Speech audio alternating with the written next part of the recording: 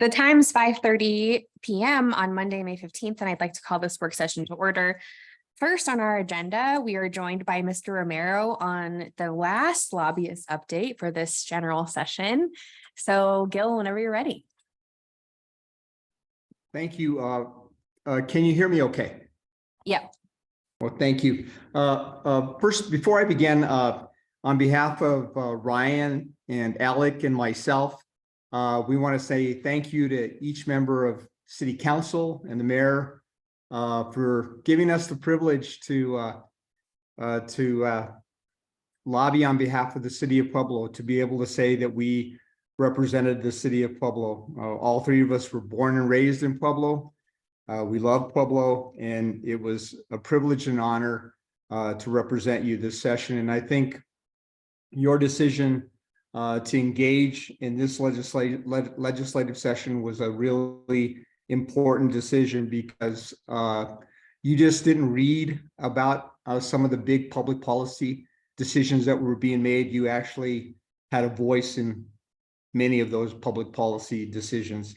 I want to thank Alyssa and Tracy for all of the administrative help they gave us in order to get you, I know, a bunch of material, maybe too much material every week, so that you could read and be involved as the session went on during the week.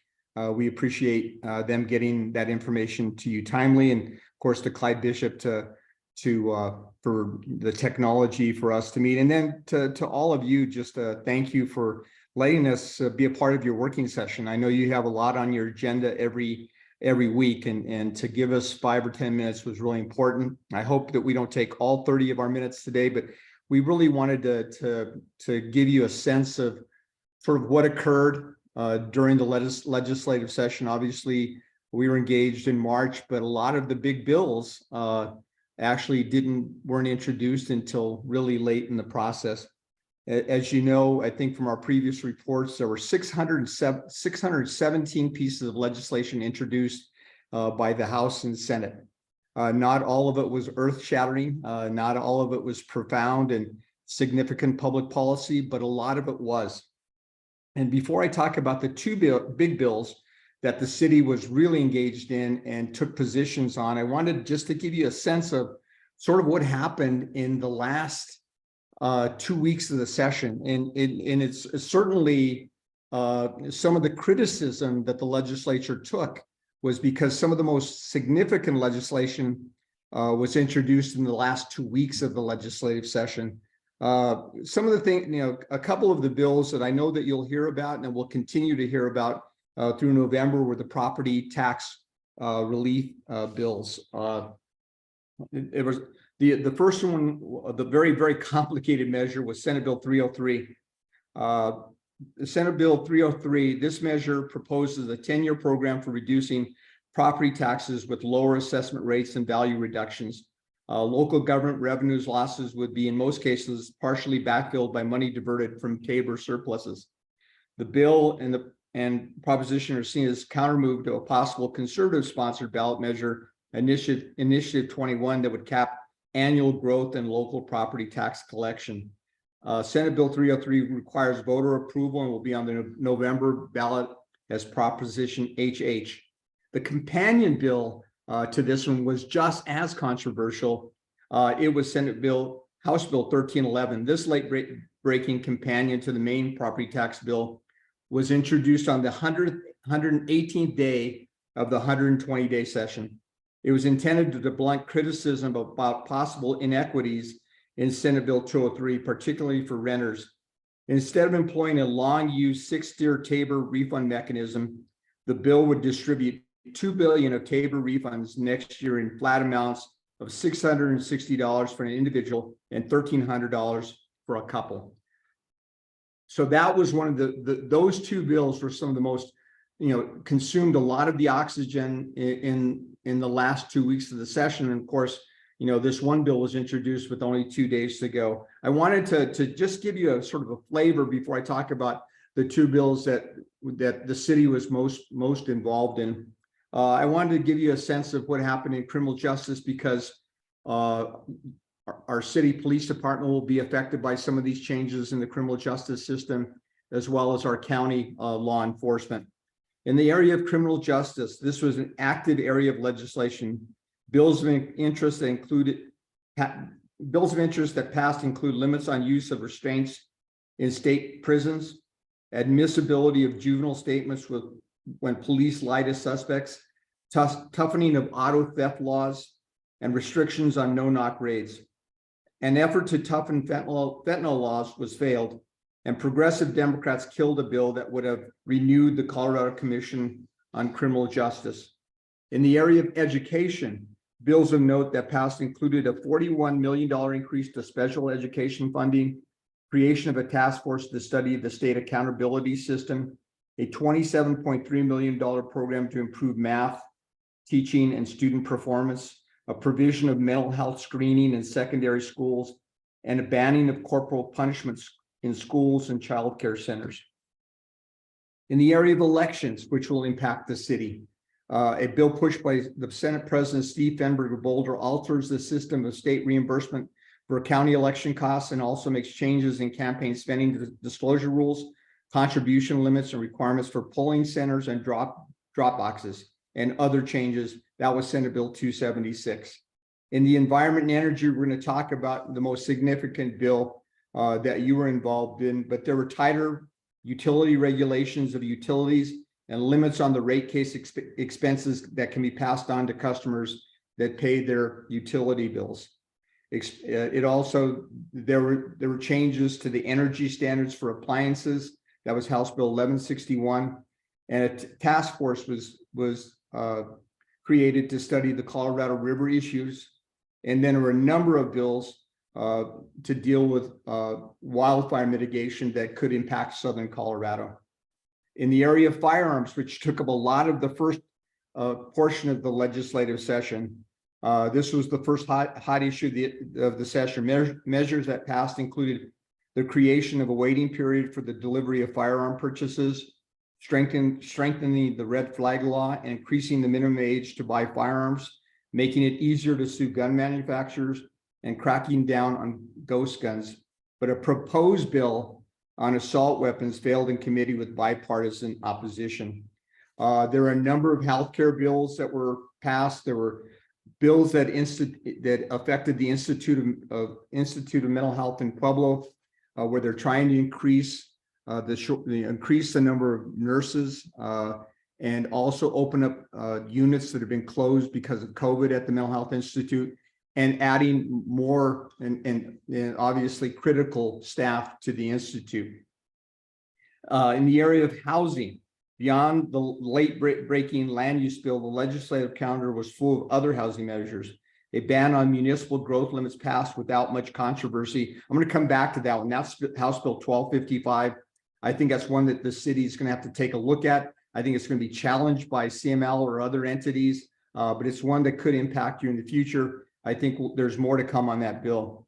But a proposal to allow local governments to impose rent controls failed. That was 1115. There were a variety of renters' rights bills, including some restrictions on landlords, eviction protections, and habitability requirements. The other significant and controversial area that the legislature took on was reproductive rights. The second biggest majority Democrats efficiently pushed through bills to expand access to reproductive health services, strengthen legal protections for reproductive healthcare providers, and provide stronger regulation agencies that counsel against abortion. And then finally, on tax credits and incentives, House Bill 1091 extends the income tax credit for a qualifying contribution to promote childcare. House Bill 1112 expands earned income tax and childcare credits. And finally, House Bill 1272 provides tax credits for purchases of various energy-saving vehicles, devices, and industrial equipment. These are just sort of the highlights.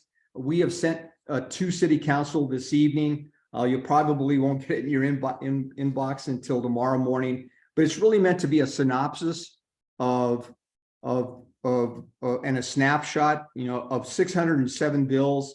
Obviously, the report that we're giving you is obviously a condensed version of that, but it's still 20-some pages long.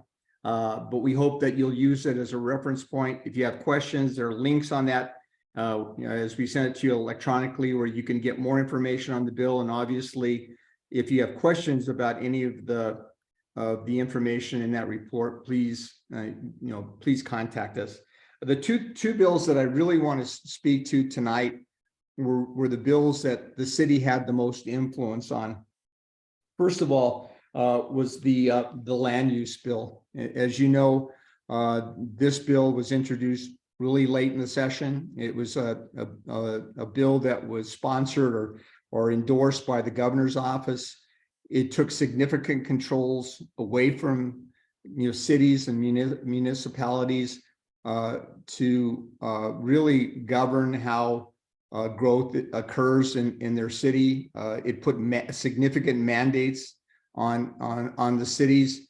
The bill was scaled down when it was introduced in the Senate. The Colorado Municipal League continued to object when the bill went to the House. When the bill went to the House, they actually put all of the contents that were stricken in the Senate and added more prohibitions that the municipalities, more power taken away from municipalities. In the end, with about a day and a half to go in the session, and we were completely shocked, even though we were working very hard on this bill to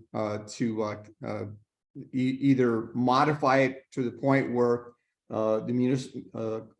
Pueblo and the municipalities would not object to the bill or kill the bill. And in the end, the bill was defeated.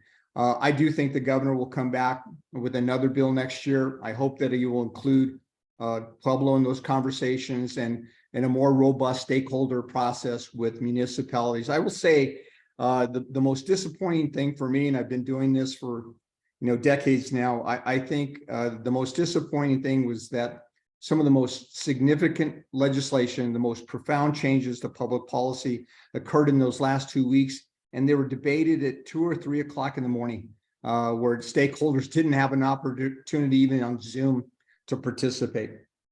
The second bill that the city took a position on was the air bill. And I think this was a really important decision on behalf of the city. As you know, we partnered with Evraz and the cement companies and other manufacturers. And I can say to you that we were involved in every important discussion that occurred with the governor's office. On the first floor, we were there. And on the second floor with both leadership in the Senate and the House, President Fenberg and McCluskey. And the only reason we were in the room is because we represented the city of Pueblo. So I know that from our standpoint, working side by side with Evraz and a number of other manufacturers, what we were trying to get to was a point where, one, that because this bill was introduced so late and because it had so many provisions, we wanted to make sure that in the end it didn't hurt the ability for businesses like Evraz to continue to do the work they're doing in Pueblo and employing the people that they're employing. The bill has introduced was scaled back at the very first hearing. The city of Pueblo testified on that bill and opposed that bill. Evraz opposed that bill. The bill was scaled back. When it got to the Senate is when the real negotiation on that bill occurred. And that is where we worked out an agreement to do 3 things. One of the biggest things for Evraz and for a number of stakeholders is they didn't like the uncertainty that there was going to be an interim committee, and that interim committee was going to have the ability to come up with legislation, because an interim committee, when they work all summer, those bills coming out of there have a lot more clout, a lot more authenticity, and for the most part, their passage rate is around 99%, and that leaves a lot of companies with a lot of uncertainty when they know that interim committee is going to have that kind of power. And so one of the provisions we got, or one of the amendments we got on that bill, was to allow the interim committee to do its work this next year, or this summer. And I hope that the city will participate in that, because going to be lots of opportunities to be able to give public testimony at the interim committee. And I hope that as a result of that collaborative process, that hopefully the bill that, or the bills that will be introduced will be much more balanced and hopefully gain the support of municipalities and the city. The second thing that was really important to the stakeholders was this idea of cumulative impact of oil and gas and manufacturer pollution. And the stakeholders, at least on the environmental side, wanted a definition of impact in the bill. Those of us that were working on behalf of the city wanted that definition to be done by rulemaking, where there's more opportunity for stakeholder input. And that amendment was also agreed to. And that also, with those two amendments, it at least for the most part, for Evraz and others, they were able to maybe not support the bill, but they withdrew their objections to the bill. The third aspect of that bill that we worked on with the governor's office in the last day of the session was one on the citizen's right to bring an action.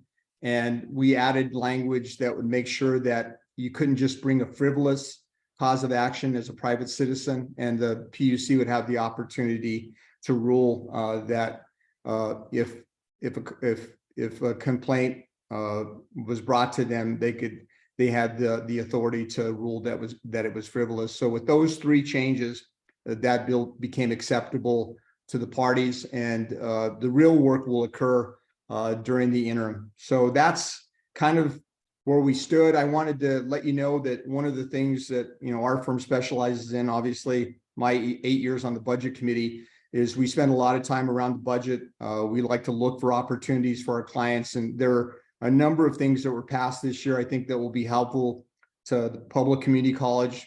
I don't think higher education got all of the money they probably wanted, but I think CSU Pueblo will do well with the budget that was presented. And one of the things we always look forward to watching out for is the Institute of Mental Health in Pueblo, where they got additional resources to help with the critical services they provide for mentally ill. And there were a number of bills that added behavioral health resources. So again, I want to, on behalf of Ryan, Alec, and myself, we want to thank you so much for giving us the privilege to say we represented the city of Pueblo, and we're happy to answer any questions you have.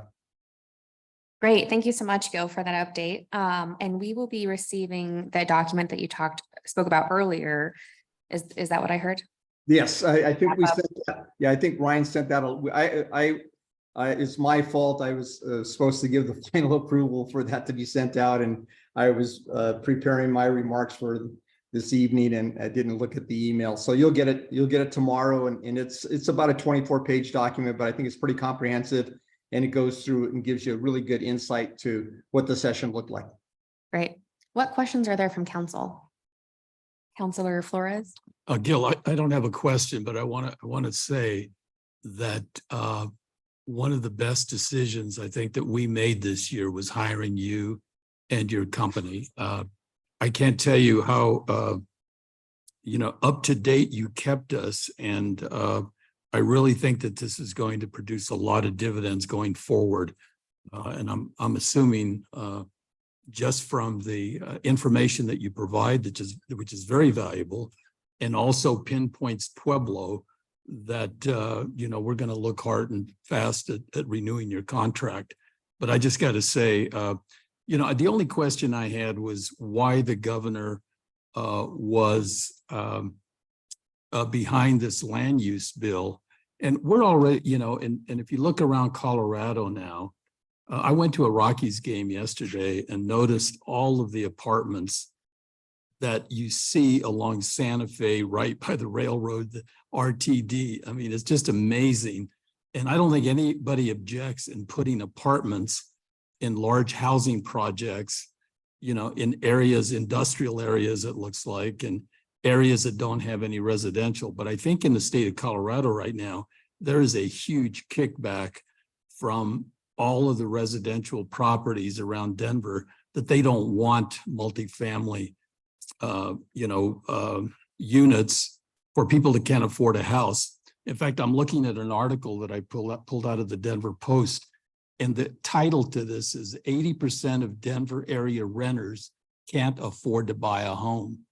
And so there's, although I'm all for local control, and I would vote no on this bill, there's a reason why the governor probably brought that up. And I don't know if you have any more information about that, but we've already had some kickbacks here in Pueblo where residential areas do not want multifamily people near the single family areas. And but I don't know if you have any more to add in that.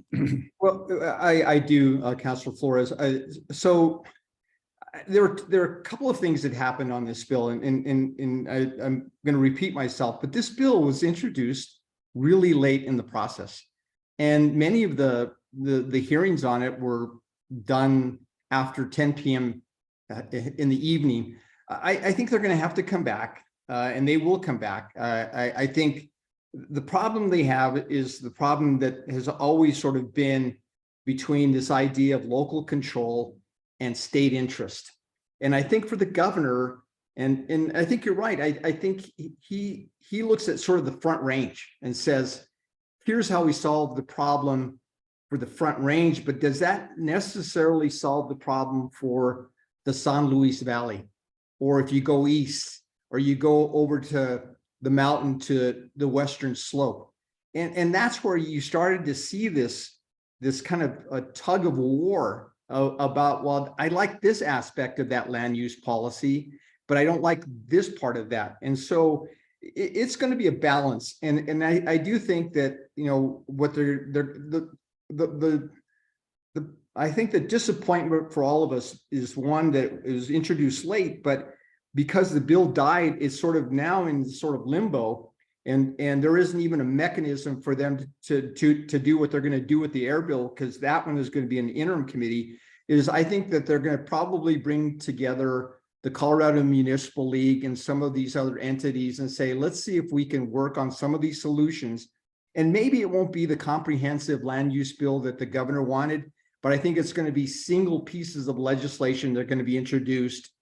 And those single pieces of legislation will really be there'll be more precision at looking at maybe a solution for the Front Range, and then maybe a solution for, medium-sized cities like Pueblo, and then maybe a solution for rural areas. So we'll start to see that happen. And that's why I hope the city stays engaged. And I appreciate your comments. We like I said, you put us right in the middle of this controversy with the air bill, and we were so proud to stand sort of side by side with all of these entities. And as I told you in previous conversations and previous meetings, people were glad to have hear a voice from Southern Colorado. And so no matter what your decisions are, I hope you stay like that, because I've always said, people ask me, why do you hire lobbyists? And I said, you can read about it in the paper, or you can read about the things that you did,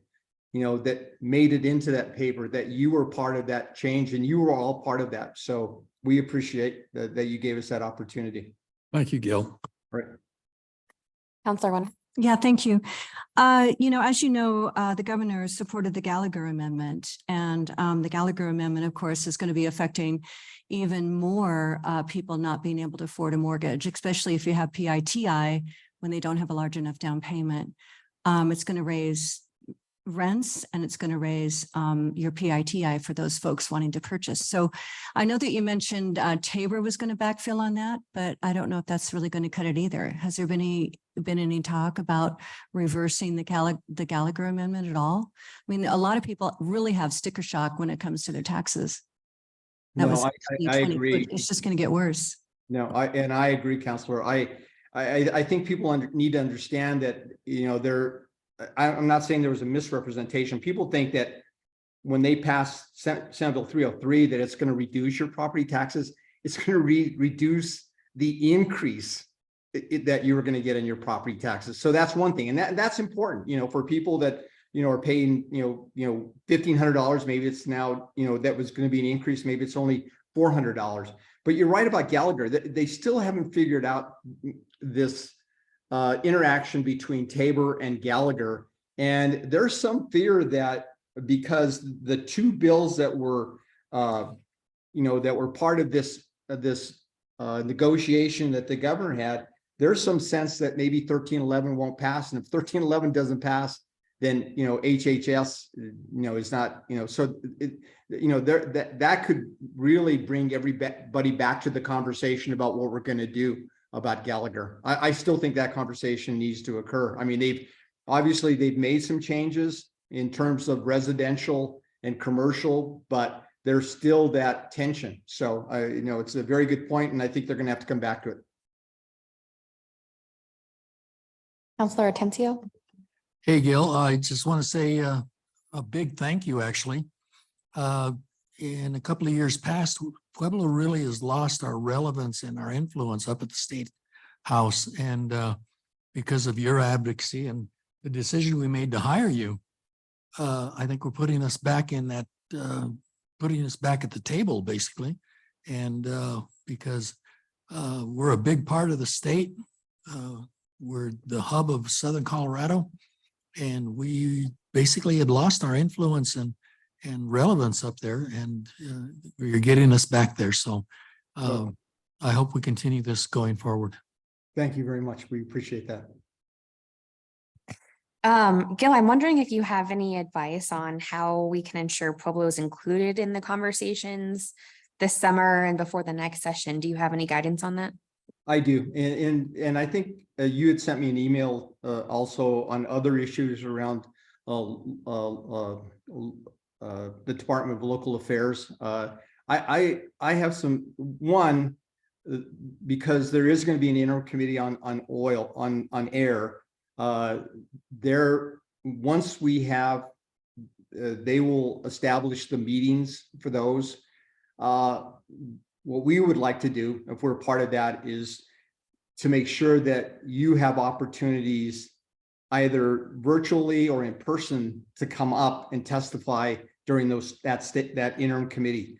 I think it's probably going to be one of the most important interim committees available. But one of the things that we're going to get to you before the end of our contract period is we want to send out to you all of the interim committees that are going to be meeting. One of the other ones I think you really need to be involved in, Counselor, is they have not had this committee for the last 2 or 3 years, but they're bringing it back this summer, is the one on substance abuse treatment. We have a number of treatment providers. I know you're going to hear from one on your agenda today, but that's a really big issue. It's going to involve some of the issues around schools, but that interim committee produced some of the most significant legislation in the last 2 years. That interim committee is coming back. So once we get all of the interim committees and their schedules, we will send that out to you before the end of May. And we will again, just like we did during the session, make sure that you have opportunities to participate in those.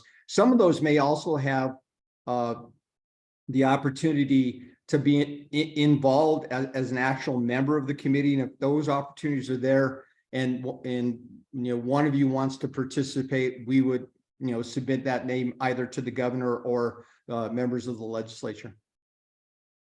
Well, great. Yeah, I think that we all look forward to seeing that list of committees this summer. Other Councilor Atencio? Yeah, I was going to ask, how do we get onto those committees to get Well, we'll have to, we will definitely look at, some of them are task forces where they seek citizen membership. The interim committees normally are just legislators, but we'll sort those out for you. We'll send you the list. Anybody that wants, any member of council that wants or has an interest in that, will connect you in that process. That's one of the things we were really excited to do is to make this process much easier for you. For those, one of the bills, we sent information out. We sent out links to important hearings so that if you wanted to listen, we did that. There are lots of ways to engage, and we'd like to sort of sit down with you uh, over the summer to sort of go through some of the advocacy, the technology that's available, but things that would allow you to participate more easily in this process. And we'd love to have a working session with you on that as well.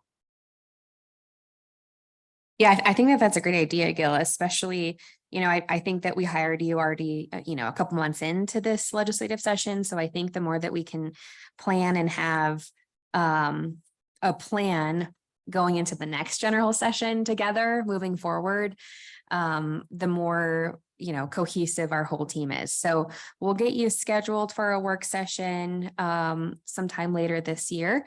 And thanks so much for your hard work, both Well, to and Ryan and Gil. like I said, thank you so much for giving this privilege. Great. Thanks, Gil. Thank you. All right, city updates, Ms. Solano. Thank you, Madam Chair and City Council. I just have a couple of updates this evening. One is the final report on the activity at the Team Up to Clean Up Citywide Free Trash Dump Date. That was Saturday, May the 6th. We don't have the final cost yet, but we have the final numbers.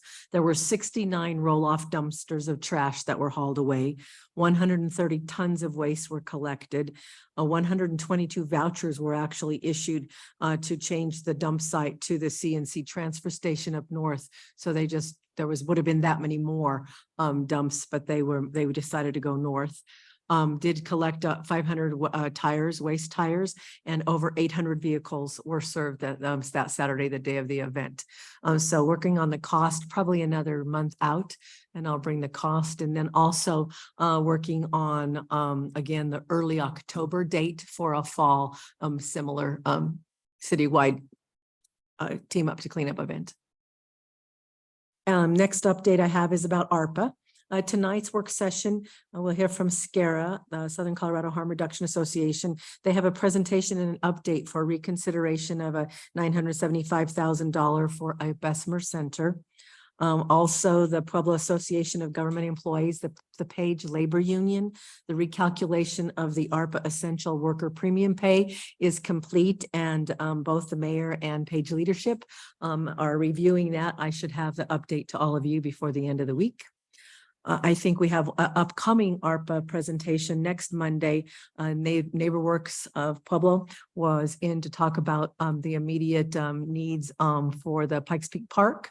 And so they have a request of City Council, and they'll be here next Monday to present a work session and then ask for your approval and direction to staff to move forward with ordinances to support their ARPA request. I also have one more update, and that's just a reminder that this coming Saturday, May the 20th, it is the warrant forgiveness program that the municipal court is participating in with the 10th Judicial District Attorney's Office, the Colorado State Public Defender's Office, the County Sheriff's Office, Probation Office, and our municipal court will be staffed from 9 a.m. to 1 p.m. for any individuals who want to come and talk about any participating in a warrant forgiveness program. All of the social media is out. There'll be more information, but that event is going to take place this coming Saturday. And that does conclude city updates. Do you have any questions or directions for me? Great. Thanks, Melissa Solano. Questions? Ms. Solano, what is the status of Crazy Faith? Thank you, Councilor Maestri. And I'm going to have to refer and ask for help from the interim city attorney. Can I be right back and grab my book? Thank you. I didn't know that was going to come up tonight. One second. You can continue on the other.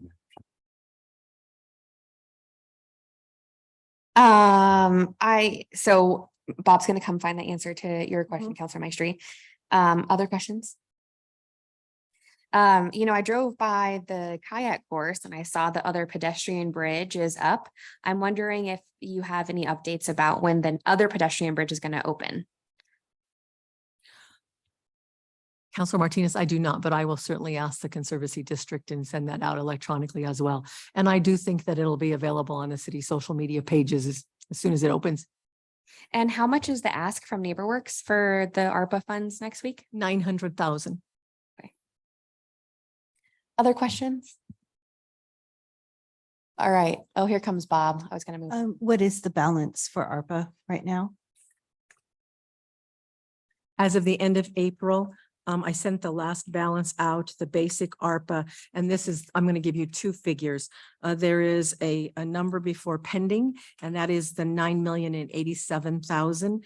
And then there's a list of pending projects of 7.6, leaving an adjusted ARPA balance at April 30th of 1.4 million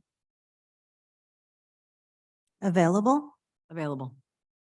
So 9 million right now that you have reviewed and approved, Mhm. and a pending list of an additional 7.6 that have not either come before you, that are still in conversation or still in development.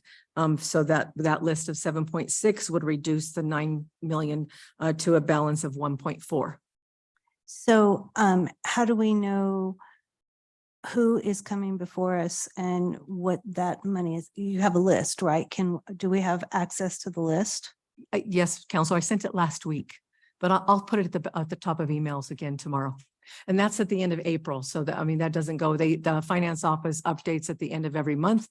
So I don't have anything new for May, like NeighborWorks, and the pending list had a $2 million pending amount, and they will come to ask next Monday for a presentation of 900,000. Thank you. Mhm. Mr. Vice Jagger. Chair? Yes. So the primary constitutional limitation on direct aid to religious organizations is that it must be used solely for a secular purpose. Emergency sheltering of homeless is a good example. The problem with the request of Crazy Faith is that it is for a purchase of a new building, and in part to operate Crazy Faith Ministries, and to in part provide a service of emergency overnight warming during the winter months. Mhm. So it will not be solely for a secular purpose. I do not know how you could structure such a purchase, which would not run afoul of the solely for secular purpose request. I am willing to take a look at it, but I doubt there is a way. Well, you could ask Crazy Faith, because their ministry is not about church. It's about community outreach. Right, but you're And you're so- doing a building that's not dedicated solely for Well, secular. does that make the showers? So then that's what I Does was that make the trying showers to that they belong also, to? Yeah. council had questions regarding the UWPC, SC, HRA and Crossroads. So I've asked for that information. I haven't had a chance to review it. Your big stumbling block is solely for a secular purpose. So this unfortunately is not, I don't see how it's going to work. I'm glad to take a look. Mhm. But as far as priorities, I mean, I'd ask council to keep in mind, we're in a transition period for the law department. So we're going to have to prioritize our work. There may be a misapprehension as to the volume of work that we can do, whether that's from the mayor's office or from council. During this transition period, let me emphasize, we have one attorney that works with PD and administrative enforcement issues. We have one attorney that works in municipal court, and all other matters, we should have budgeted 5 attorneys. We currently have 3. So in addition to the transition period for the city attorney position, was approximately 3 days, when Dan retired. Obviously, that's not enough. So we're trying to just stay on top of things. This is not going to be a priority item. And it's for the reason, I don't know how you could make that work. I'm willing to take a look at it and keep working, but I'm going to have to prioritize other things before it. And I know if you have follow-up questions regarding these other institutions and what we've done in the past, I've asked for that and I can start looking through it. But that's where it's at. I just don't know how you're going to be able to give them money to build a building that's not dedicated solely for a secular purpose. And it's not, even in their application. So that's where I'm at with respect to that review. Okay. Other questions or comments? Is there open to anybody? Seeing none, moving along on our agenda, then can I have Mr. Chris talking about Safety Jam?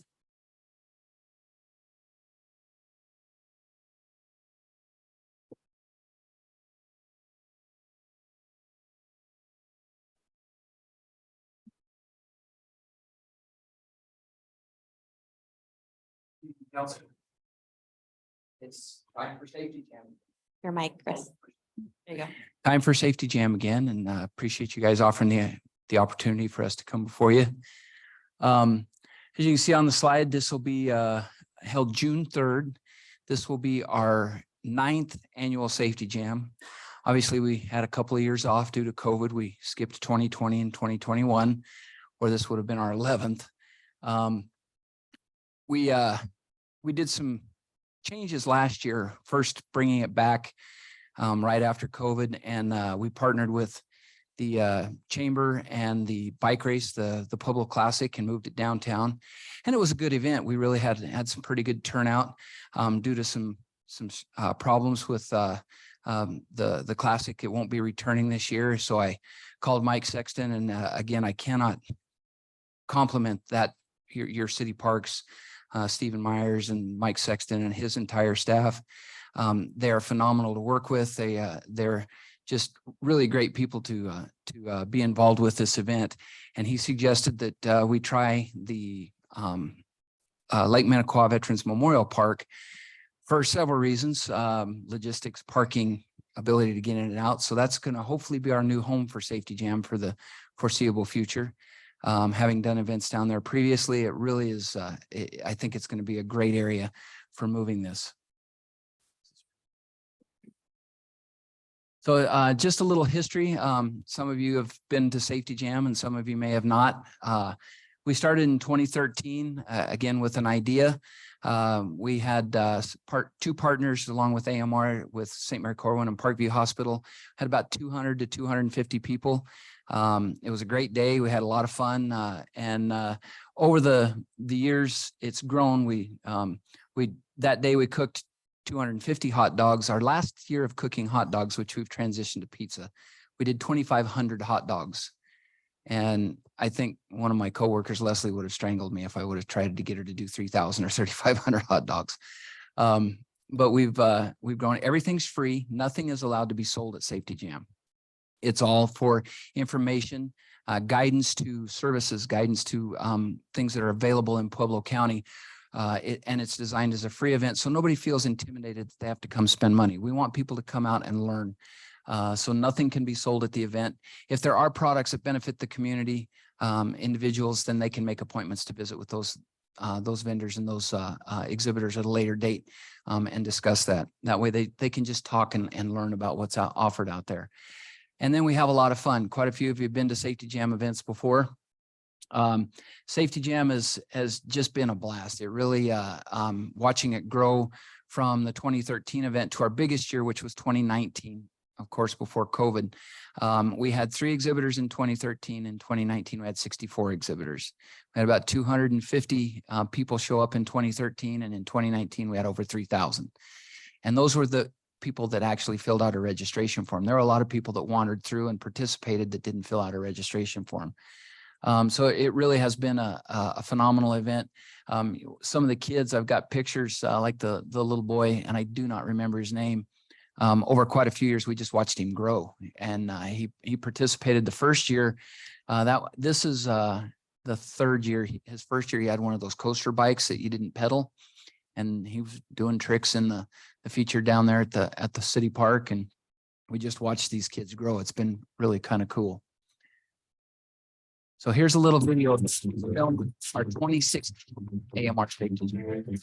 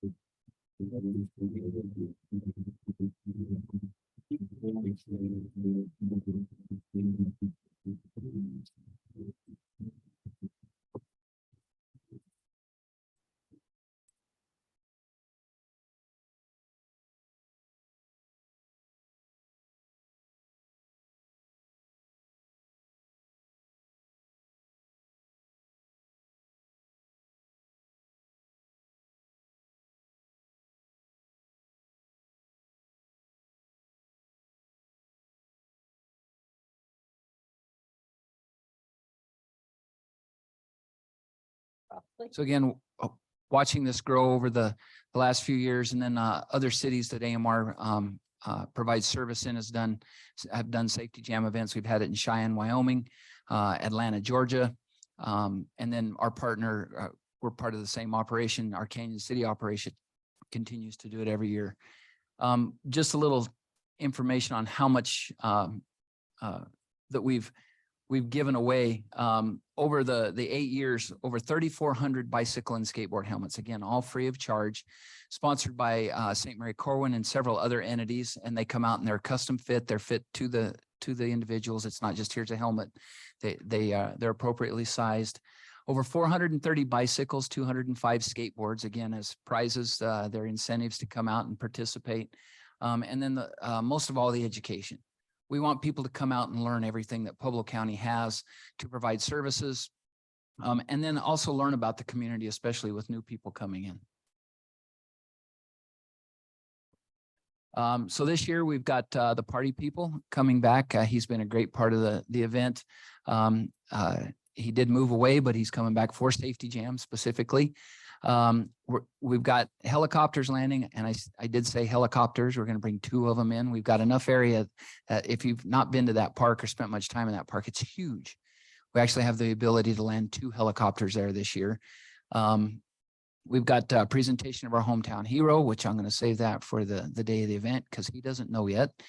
And then I just spoke, it's kind of cool. In 2014, I got to meet one of my heroes when I was a kid, a gentleman named Randy Gradishar.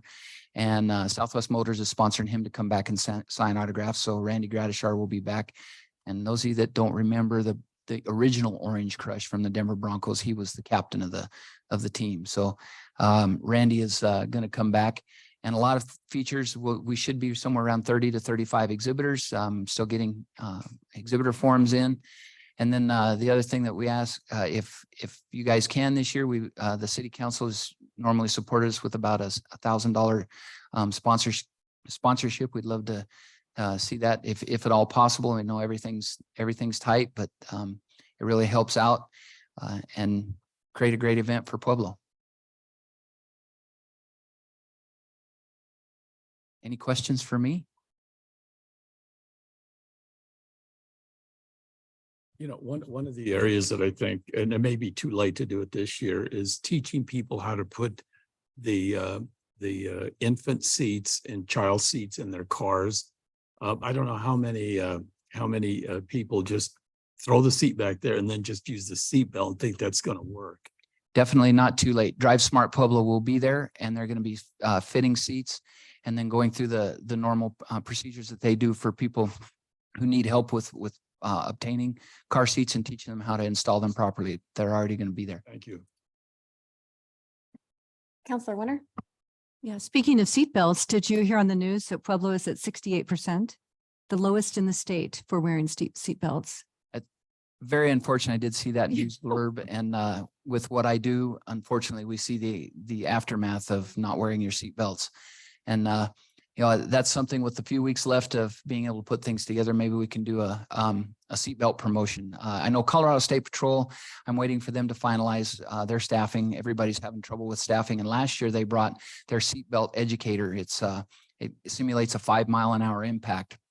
It's amazing how much force you get from just a 5-mile-an-hour impact. They put them in a seat, and it's a gravity feed device. And so I'm hoping they can bring it back again this year. And that would be something to hopefully benefit our citizens if they just buckle up.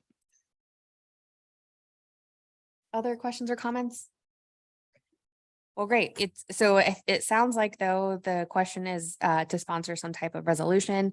I'm sure that we can work that out on the next either the next agenda or the agenda after that. I appreciate it. Thank you, guys. Yeah, of course. Thanks for organizing that, Chris. Have a great evening. Okay, moving right along is we're going to be hearing from the Resting Place, which is transitional housing. So can I please have Virgil Herzl?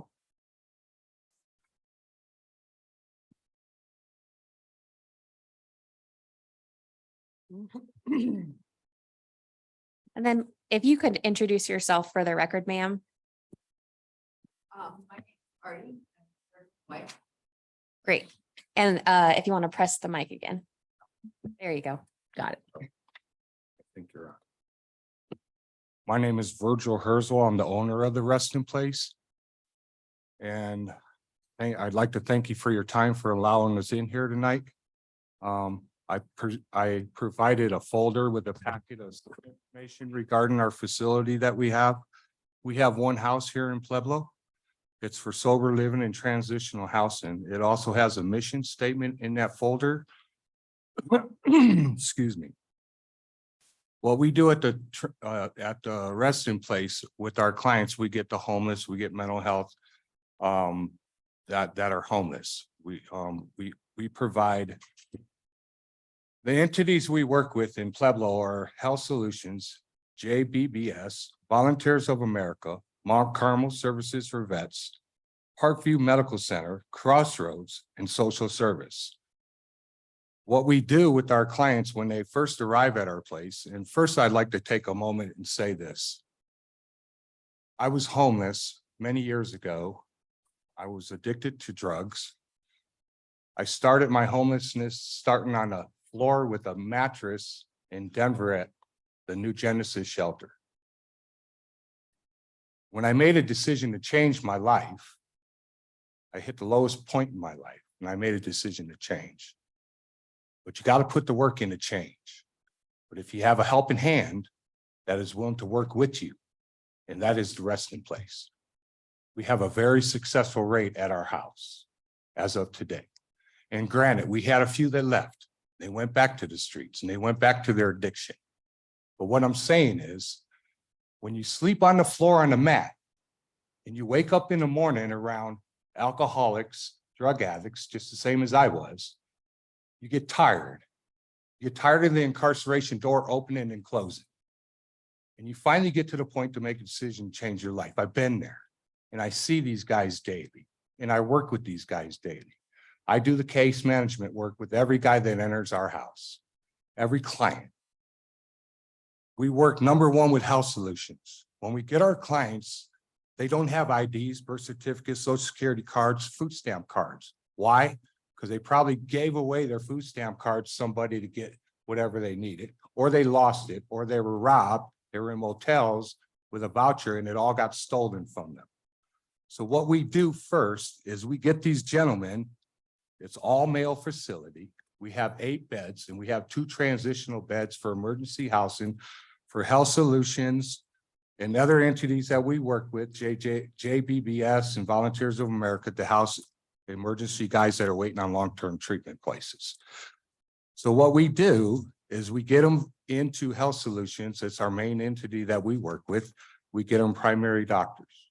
We go over their mental conditions, medical conditions, and if they need attention, we get it to them. Second, we work with the mental health department of Health Solutions. We get them one-on-one counseling. We get them stable on medications that they haven't been on for years. You could see them on the street today. They're not stable on psych meds that they need to be on. So with our clients, we get them into Health Solutions, the primary doctor, the mental health, the one-on-one counseling, and get them stable on their medications. Now they could function. They have a little bit of ability to function. From there, we go on and we do case management work with their IDs, birth certificates, social security cards, get them back enrolled in a food stamps office. We get them in touch with and get them enrolled with SSI or SSDI. A lot of the guys that are coming into our house are enrolled with SSI or SSDI already. They have to have an income coming in so they could, of course, pay their portion of rent to stay there. We work with Praise Assembly and Celebrate Recovery. They are our outlet for our addiction recovery program. We use that outlet. Every Thursday night, we have Celebrate Recovery at Praise Assembly. There's addiction class, there's a life issues group, there's a beginners group, and there's also now a new mental health group, which I also run there at Praise Assembly. We also get them in touch through Health Solutions with transportation to and from medical appointments.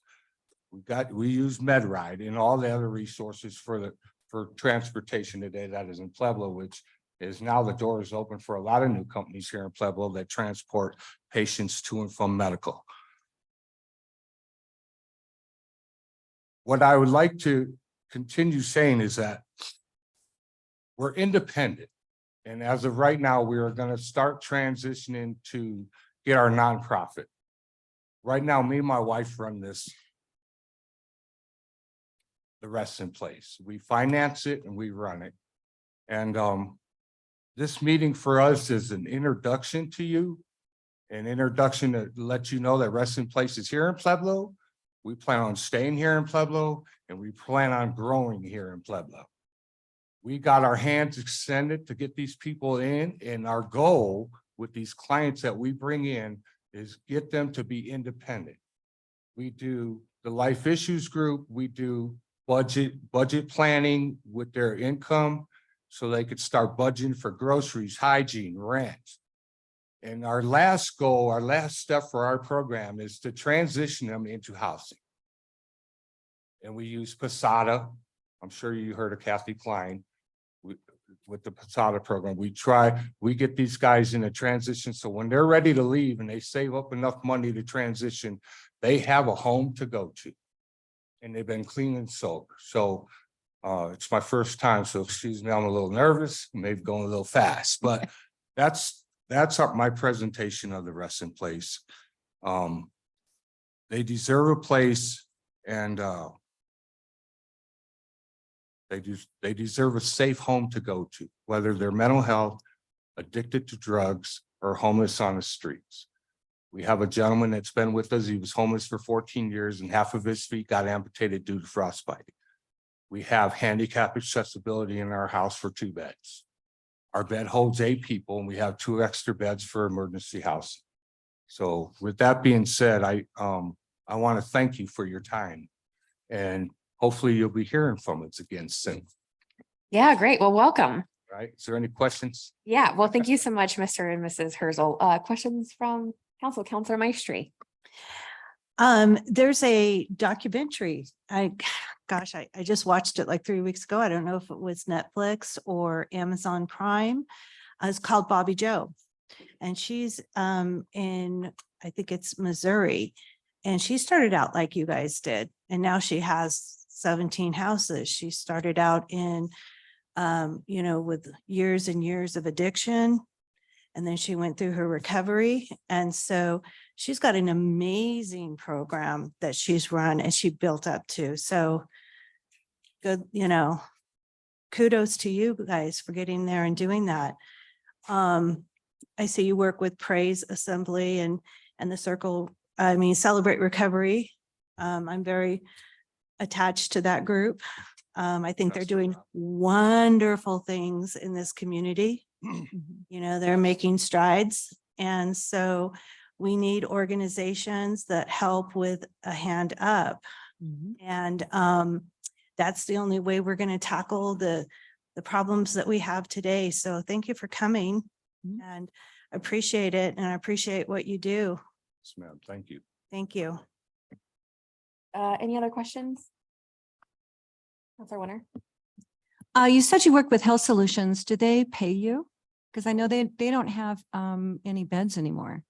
I guess No, they they don't stay don't. overnight. I don't know what that's about, but We work closely with Jen, the nurse there at the respite program. We get clients from Health Solutions that have been entered to their program through the crisis center, and then they transition to the respite program, and then they transition to us. So they're already connected with treatment and medications, and they're stable through the MARC program that is there in-house. I believe it's the MARC program that gets them stable on their meds. And then by the time they come to us after a week or 2 in the respite program, they're pretty much stable, and then we take over from there and we make sure that they continue their treatment. so do you bill their insurance or Medicaid or, They're on Medicaid, ma'am. and so are you able to bill Medicaid? We don't bill Medicaid. No. Okay, We do all the case management work by ourselves. okay. But we work hand in hand with them. So once we take them, we take over the case management role with them. Mhm. Make sure they get transportation to and from their medical appointments at Health Solutions. Mhm. And so they don't miss, so. You know, it seems like any successful recovery always has some kind of spiritual base to it. Yes. So I think we're kind of, you know, missing out here on a lot of these drug rehabs when I think faith is really important in recovery. It seems like that's the only thing that really helps. Let me respond to that. This weekend, we went to a wedding. So we've been to 2 weddings in the last month. The clients that were getting married were through Celebrate Recovery through Praise Assembly. So this weekend we sat and I told Pastor Rob, who runs Celebrate Recovery, and actually him and his wife Naomi, who started Celebrate Recovery at Praise. We had 2 tables full of clients that people that go to Praise Assembly and that are part of Celebrate Recovery. And to see, and I was telling him, this is a testament to if you work it, it works. And we were all from Celebrate Recovery and from Praise. And it was good to see. And on Thursday nights, it's mandatory for all of our clients to go to Praise Assembly for Celebrate Recovery. Mhm. And it starts with a dinner, a big group, a testimony, and then it breaks down to small groups in the evening for 30 minutes. Like I said, addiction group, life issues group, beginners group, and now we added a mental health group to it. Mhm. So yes. Yeah, I think even Alcohol Anonymous even has you know, kind of a spiritual base to it. So I think it's time that the city really start looking at that if we really want to help folks to be able to donate, if you will, to faith-based organizations for addiction, because that really is the only thing that works. Thank you. And just one more thing. And then also their programs that they're wanting to implement with RISE and the Blue House Project is way bigger than, you know, we could ever possibly imagine. They're so successful where they're at, providing affordable housing, because as you well know, I'm sure you run into stumbling blocks and things, finding permanent housing for your clients. Mhm. Present. That's what we face. That's our biggest challenge, is getting them to a point where they can actually afford to live independently. Mhm. And right now, none of them can. Mhm. None of them can. So they're able to save money and they're able to develop the rental history. Mhm. We give them those, we help them build those society's stumbling blocks. They're able to get over them because they just can't. Mhm. You know, whether they know how to budget their money or whether they're in a mental health crisis at the time, they have the money and then they don't know what to do with themselves. So they face a lot of challenges, but one of the biggest challenges we're facing right now is our neighbors. They see our gentlemen and they get scared from them. They're afraid of them. Mhm. And they're, you know, that's my stumbling block with them because they have a right to live. They have a right to live in a nice house. And they don't have to live in, you know, some under a cardboard box. And so our neighbors, they struggle with that. You know, we've had a complaint called in on us. We've had the regional building department out there, you know, and it's kind of sad to see this because they're afraid. And we've tried to educate them and talk to them, but they don't want to hear it. And it's not all of them, of course, it's just a few. And so our gentlemen, they kind of get little down on that. So that, I think that's one of the things that we want the community to know, that they're people, they've been judged, they've had their problems and they're trying. They're not out to hurt anybody, and especially our clients that are mentally ill.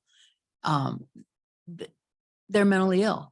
They're still trying, but they're not out bothering anybody. They just live there. So they go outside in the back, they smoke outside on the patio, and, you know, they walk in the backyard. It's a big backyard. And the neighbors are frightened of them. Mhm. I don't know how to break that barrier. I do have a suggestion about that. If they're going to smoke, they need to go into the backyard. It's super intimidating to be, you know, walking down the street or out for a run, and there's a bunch of guys sitting on the front porch smoking or whatever. Right. So if you could have them just. They do. hang out They in the smoke back. out on the back. They Okay, don't good. smoke out in front. That's one of the things we ask them not to do, because we do have rules. There's definitely rules in the home. It's not a free for all. But that's just it. It's a big backyard and they're in the backyard and they get out there and they sit on the patio and it's covered. And unfortunately, I believe the neighbor's direct line of sight is right into our patio. And so it frightens people, but they're just people. They're quite honestly just people. Yeah, take a look at that documentary. I think it would help you because I hear the things that you're saying. So, they're so familiar. And then one thing she said is that anybody if ever wanted to talk to her, to reach out to her, that's how we grow as we learn from others, and very successful group. So thank you, What was the name of that again? Bobby Joe.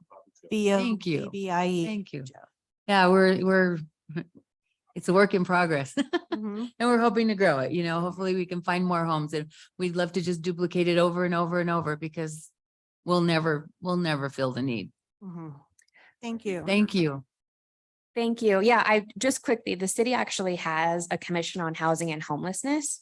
And so I'd like to have you come talk to them because when we're talking about building that network and sharing resources, they're really comprised of a lot of providers in the community like Health Solutions and several other agencies that work on transitional housing, emergency housing, the Housing Authority. So let's get you connected to them too.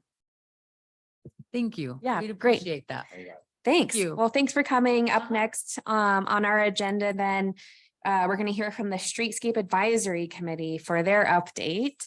So can I have Mr. Zwick and Ms. Parks to the podium, please?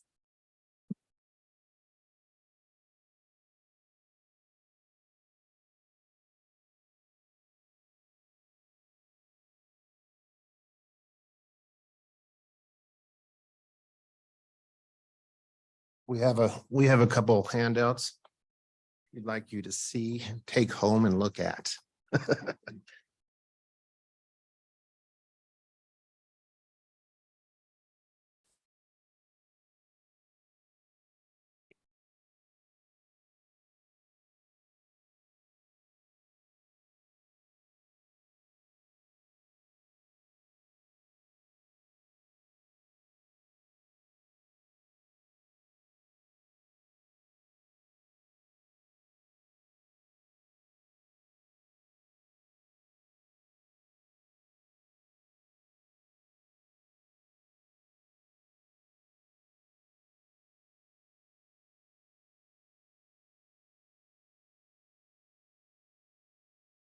Good evening, City Council work session.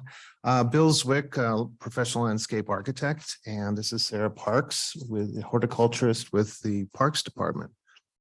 Today's update, I'll try to go through this within 15 minutes. Beautification is economic development, and you've probably seen this before. We're trying to really hone this in to City Council and the community. That really does matter. What we're doing. The advisory committee, we have some members here. Jean Latka, Jean Eskra is here. We have Bill Adams, Rebecca Knapp, Mike Carlisle's here, Downtown Association, and myself on the committee. Sarah Parks manages that committee, provides staff support. Advisory, remember to advance the slides.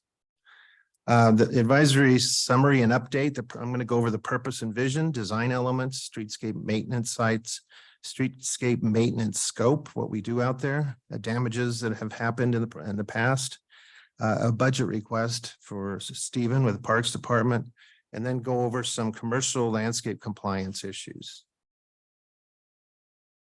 Purpose and vision, back in 2007, City Council was adopted a resolution for water-wise landscaping. So we've been on this for about 15 years, trying to get Pueblo a special place and special type of landscaping. Streetscape Advisory was adopted or started in 2008 to promote and recommend streetscape projects throughout the city. Oh, sorry, do you want to do that?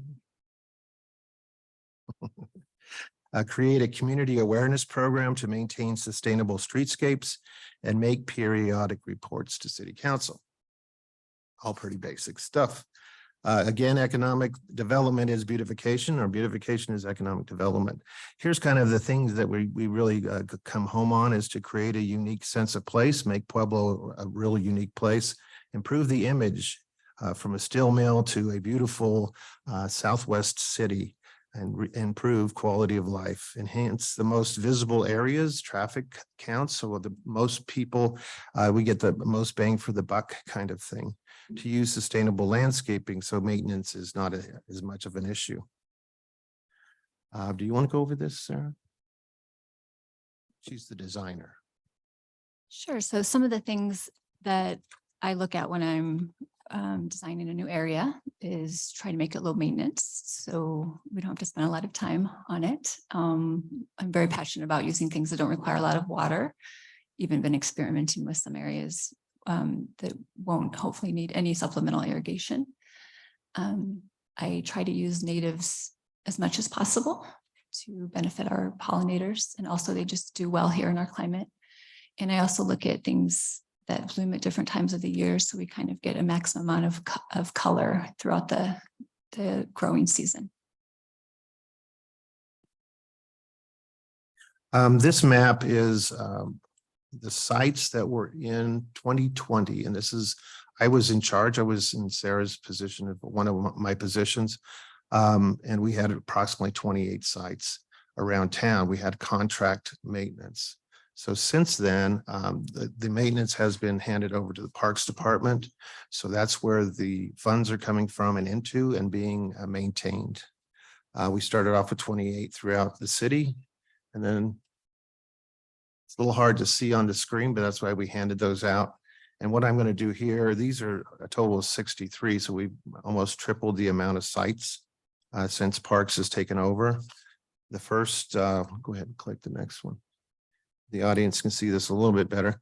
The yellow dots are those existing streetscapes that we had in 2020. The pink dots are streetscapes that have been added. There's 17 locations.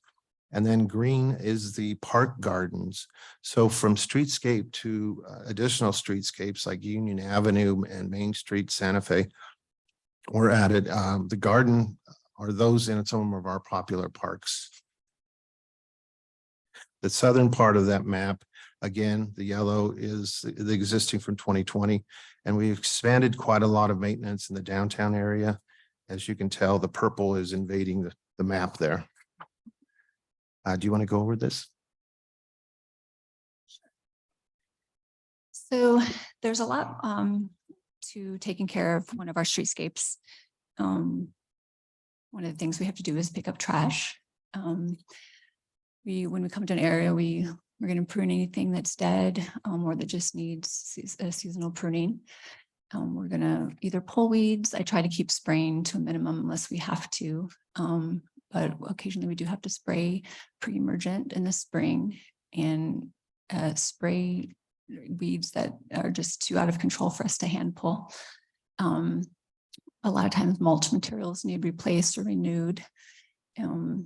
At the beginning of the season, we have to test all of the irrigation and certify all of the backflows for all of our irrigation. And then we always have a lot of repairs in the spring too, things that have been distant farewell over the winter. And so right now we're in our busiest season this spring, so we're also planting as well. And pretty much we do these same things. I'm sorry.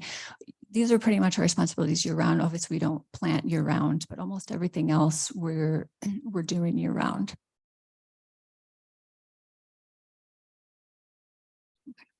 And then, of course, in the winter or fall, we have to close down the irrigation systems and take out the backflow preventers. Quite a bit of work in the irrigation division. So in addition to what Sarah does in the horticulture division, irrigation division jumps in and helps with all the backflow preventers, winterization, much like you would do at your house or a commercial property.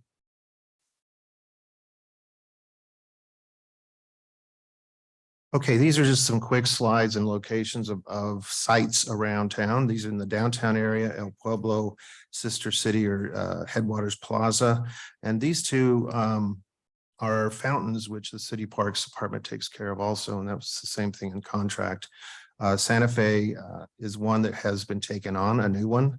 The streetscapes before hadn't done that at all. It was just parks and whoever can get out there and do whatever they can do. No direction, no major supervision. Main Street from City Center to 8th. 4th Street is another streetscape. Union Avenue, actually, Parks was taken care of as needed. Now we have some concentration on making that more beautiful, and because it's so highly visited. City Center and I-25 is still an issue. As long as CDOT and the city can come up with some solution for maintenance on that, we're just going to try to have to keep the weeds down up there. I think if the new bridge gets built, then maybe CDOT will take care of it. More sites in the downtown area, the Justice or Municipal Justice Center, the Police Annex, City Hall, Memorial Hall, Ellen Hamill Streetscape, which is just right out here adjacent to City Hall, Memorial Hall, SRDA, Central Plaza, Mesa Junction. On the north, Dillon Drive Bridge, Eagle Ridge Median, Dillon, and State Highway 47, Jerry Murphy. To the east, we have the Eastern Gateway, which is State Highway 47 and Troy Avenue. We also have a new kind of rehab up by the University at Troy Avenue.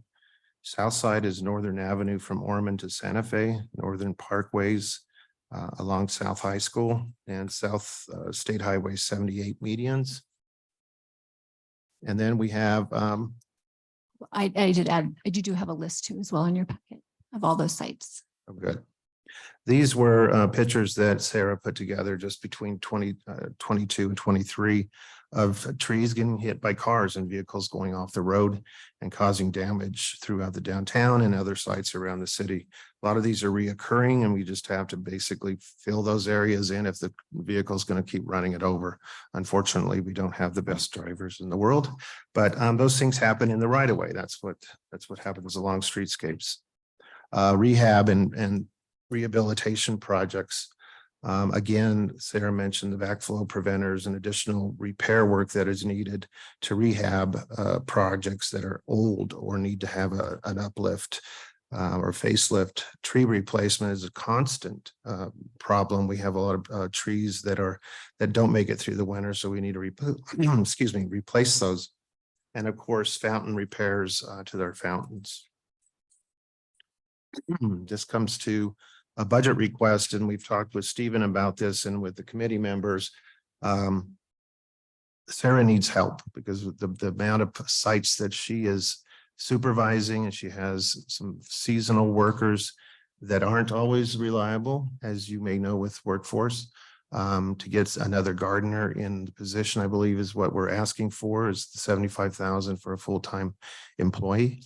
And also something I never thought about, but the contractors, they have the trucks, they have all the fleet, they have all the machinery. So it was easy for me to hire them. But now, since Parks is doing this, they need more trucks. That truck is going to be a one-time cost, hopefully last 10 years or so.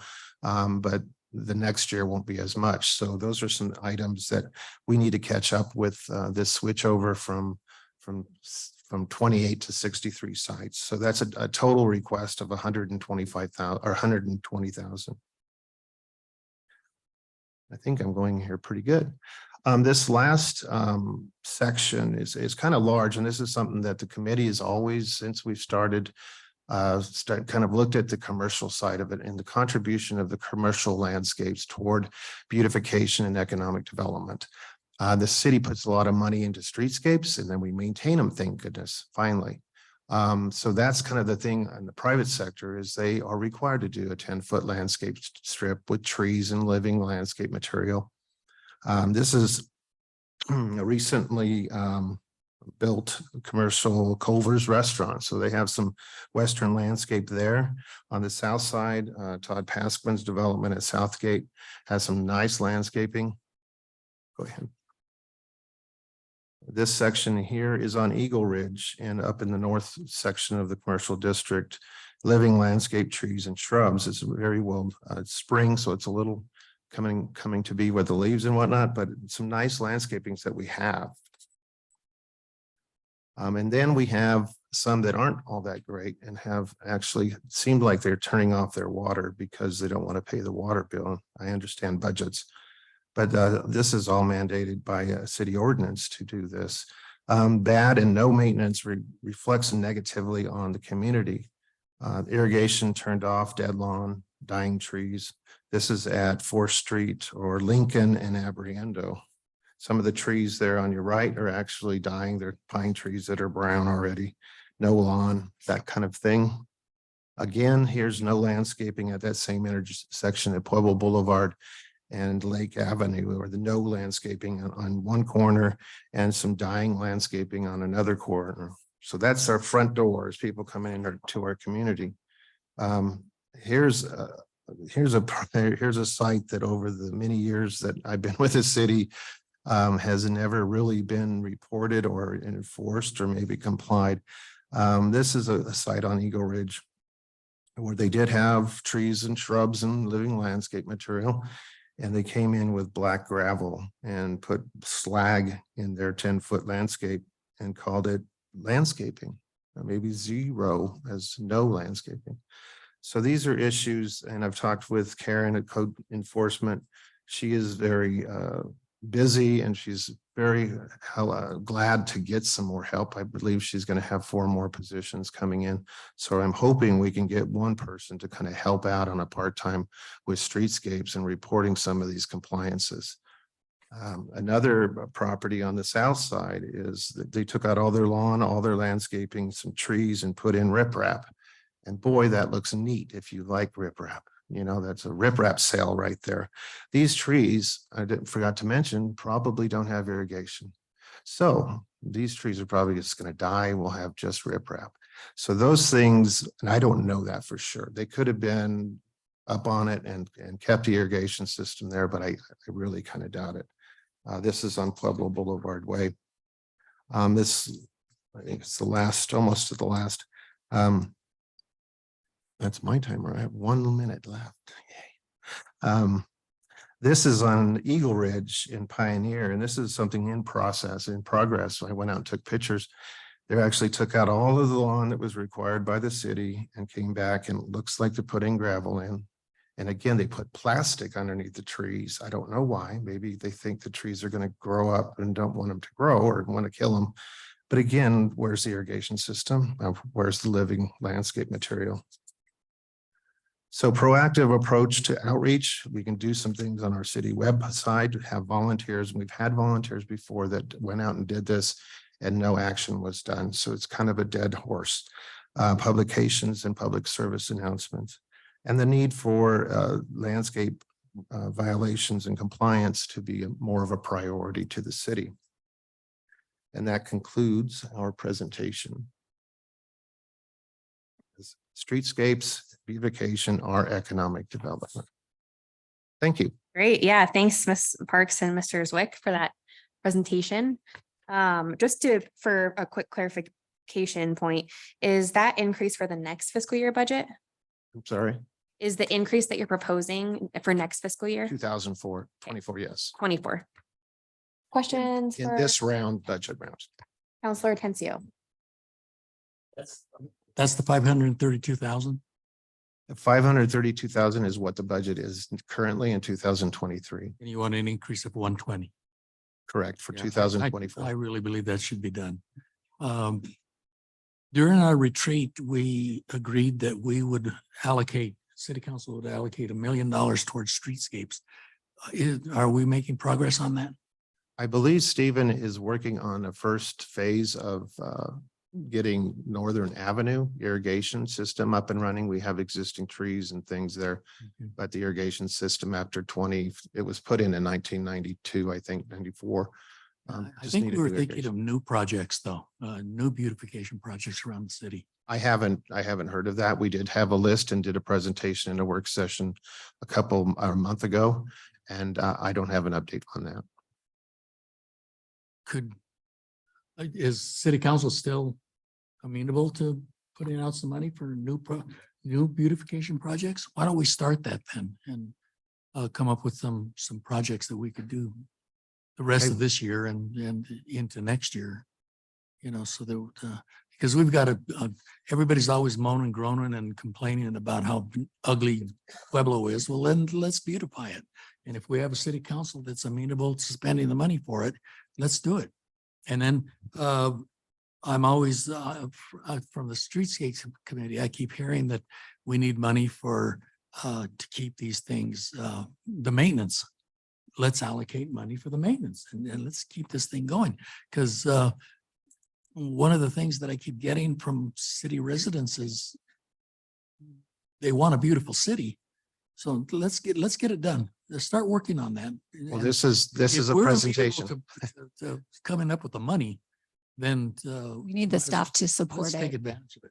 We have to have the staff to support it. As far as the code enforcement person, could someone within the Parks Department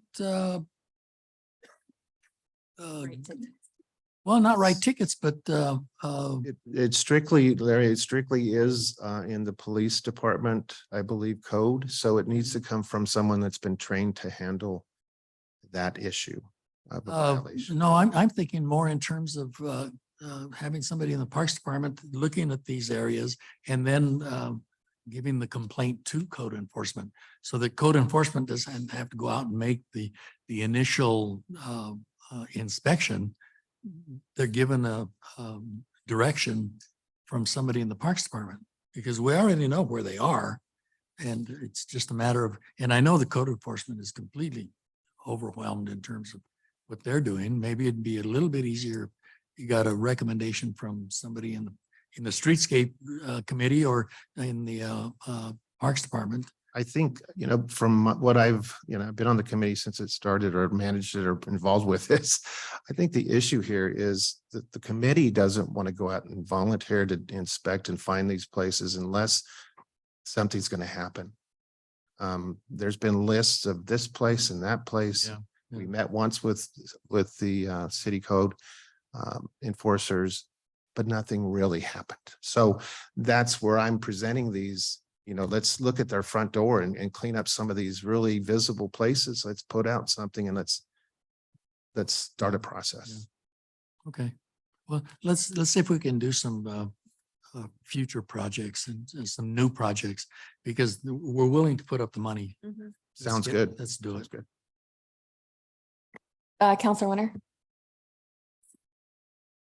Hi, everyone. Do you miss me? Hey, I think it's really, really frustrating because it is a circular conversation and it's been going on forever. And, we even talked at one point about sending letters to corporate because you would think that a letter to corporate to a lot of these places like the dollar store that doesn't do anything would help, but it just doesn't seem to. I mean, just like the conversation you had between the city and CDOT, CDOT does whatever the heck they want. They don't care about the city. So it's just a circular conversation. And I was also curious of how old that picture was with Sister City Fountain. I mean, it's been a long time since It I've has. seen kids around there. It's mainly junkies laying around shooting up all around Sister City Plaza Fountain. How old is that photo? That was done when I was working with the city. Keep the good pictures, Yeah. So there's a lot of issues going on for sure. Counselor Flores. Yeah, Bill, you're familiar with the code that really dictates that commercial properties, there's certain standards that they should be meeting. And most commercial properties after, the flowers die, they come back and they just put gravel over it. And then, but I don't think that was the intent, the original intent of having this landscaping code that we do have. Do you think it needs to be strengthened or do you just think that we need to enforce I it? think we just need to act on it because it was written back in 95 and upgraded throughout the years. And we have teeth. We have enforcement, we have dollar fines, the city will replace it and charge you. It's loaded. We have never used it. And that's, most of the people, most of the larger companies that we have in town, they're some of the biggest culprits as far as they've got these massive parking lots and really don't look at the exterior, much of their buildings. They sweep the parking lot every once in a while, but Yeah, a lot of times in the past, I've noticed when a complaint does go out, that person comes to their city council person and says, help me get the city off my back. yeah. And I've seen that so many times that it's just discouraging. And that's why I'm so glad the city's taking care of its own landscaping where it It's really counts. interesting. You know, when I was in the military, I lived in a variety of places in Europe for about a couple of years. And the first thing any retail store owner does is go out in the front of their retail business to sweep, and they sweep the gutters and they sweep everything. Because in their mind, they're saying, we can sell more of our product. We can, we can bring people into our restaurant. If it's dirty out there, you're thinking maybe the kitchen is dirty too, in other words, the look of the outside of businesses really is an economic issue and a driver of marketing to the very businesses that should be looking at that to make their places look nicer. And I'm all, for maybe looking at these ordinances and maybe Let's try a putting more few. teeth in it. Yeah, Let's get beyond the step 2. right. Thank you for the report. It was really, really You're good. welcome. I do have a quick question for the streetscape ordinances. Does it say that rocks count as, or like gravel count as landscaping, or does there need to be some type of organic? So greenery material. gravel mulch now is becoming a little more popular in the Western landscape. Where you use gravel to hold moisture in. You use light colored gravels that don't absorb heat. There is a living landscape requirement, meaning back in the 90s, lawn was popular. So that lawn is that living landscape. Now that water is an issue, we can do native grasses or bunch grasses, something that's going to cover the ground and not use so much water. So by just putting the gravel, you're covering the dirt. But in the ordinance, it says that there needs to be some type of living landscape for commercial. 70% living Okay. and 30% or inorganic or whatnot. And how do new streetscapes get added? I'm sorry. How do new streetscapes get added? New streetscapes get added, but well, in this case, they got added because Parks Department took them over. And so, for instance, Santa Fe was a streetscape that was done in 92 and Parks barely took care of it because they didn't have the workforce. New streetscapes, as the city does them, will get added to the streetscape advisory or to city parks. For instance, Union Avenue, when Union Avenue is improved and the maintenance, then you'll have to increase the parks budget for them to maintain that. Okay. And then what's the difference between a streetscape and a park garden? I'm not sure what a park garden is, but probably Outlined in I the got it. sheet that you gave us? A garden that is in a park, like the flower gardens in Mineral Palace, and maybe Sarah, you can address that. Yeah, that's just to show that when the streetscapes were taken over by parks, they got combined with the larger programs. So our horticulture department includes everything. It includes the streetscapes, and it includes all of our garden beds in our parks as well. Got it. So that's just to show you to differentiate between the things that were previously parks and the things that have been added since. And do you get a lot of your greenery locally, or where do you get your trees and flowers? Where do you source them from? I know our annuals for all of the downtown hanging baskets and things. All of our annuals come from Campbell's, so that is local nursery. I'm trying to do a lot of native plants. There's a local gentleman here in Pueblo who specializes in native drought tolerant plants. So I buy a lot from him as well. And trees, we do get some things locally. I know we use, is it Continental out in Avondale, but again, a lot of these nurseries, they're shipping trees from elsewhere, maybe from Oregon or so. But we do, as much as possible, try to source locally. I was just going to comment on fines, because there is a lot of teeth. You can charge up to $1,000 per violation. So definitely, if you're charging $1,000 per violation, that gets their attention. If they don't fix it, I mean, you can even do that on private property. You can do $1,000 per window. that's broken out. So we just don't sink our teeth into any of it. Like I said, we It's need just to an go- ongoing horrible story. just need to get past step 2. We go so far, but not. I know that on residential code enforcement, for residential, that they go after the landlord. Is it commercial? Does it work? Is that ordinance? Is it working the same way? It's the owner or whoever owns the building or the business. So they are, okay. Yeah, because we have a lot of business, buildings that are vacant and they're just deteriorating and no landscaping and everything is shut down and Well, unfortunately, the ones that I showed you here are occupied in Mhm. business. We understand that if it's a vacant building, we understand that they should be watering their trees. They should have a property manager. But the pictures here that I've shown you are occupied business. oh yeah, I've seen a lot of occupied businesses with weeds everywhere. And trash. Yeah, in fact, a lot. Mhm. This last year, I mean, even the streetscapes were in bad disrepair here the last couple of years. So I'm anxious to see the change in the city parks department taking over. I know it's really hard on Eagle Ridge to pull out because that sits so high. And then if you've got high bushes on top of it, you can't make a left-hand turn very safely. We'll take that in note, cut Thank some you. of those down. Other questions or comments?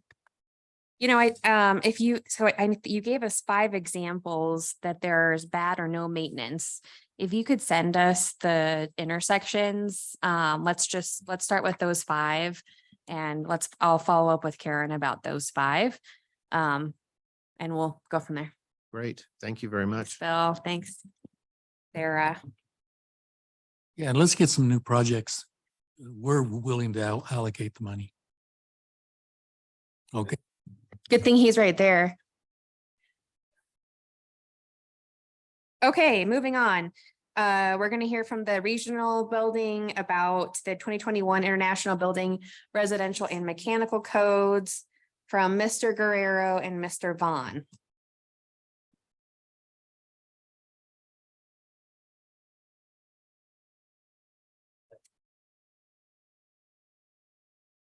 Hello, City Council. My name is Mark Guerrero. I'm the new Chief Building Official, and this is David Vaughn. He's our current Chief Building Official, and we're here to request your support along with our Pueblo Association home builders and our local commercial contractors in the adoption of the 2021 code.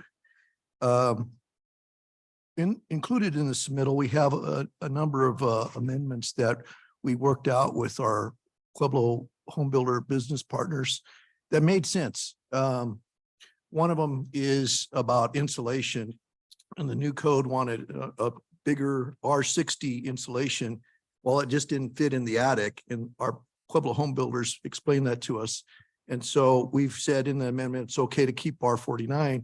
And as a coincidence, reading the code, there's actually a section in there from the code that says, if you can't do R60, do R49 as long as you make it continuous. It's like, okay.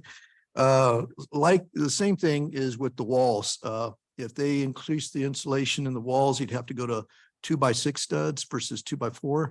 All of this adds cost to home building, and we're trying to promote business in Pueblo and support our local community contractors and home builders.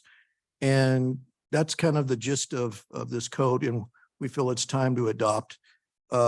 Just to give you an idea on the development of the code, it starts up at the national level with the National Home Builders Association and the National Engineers and American Institute of Architects and all those committees.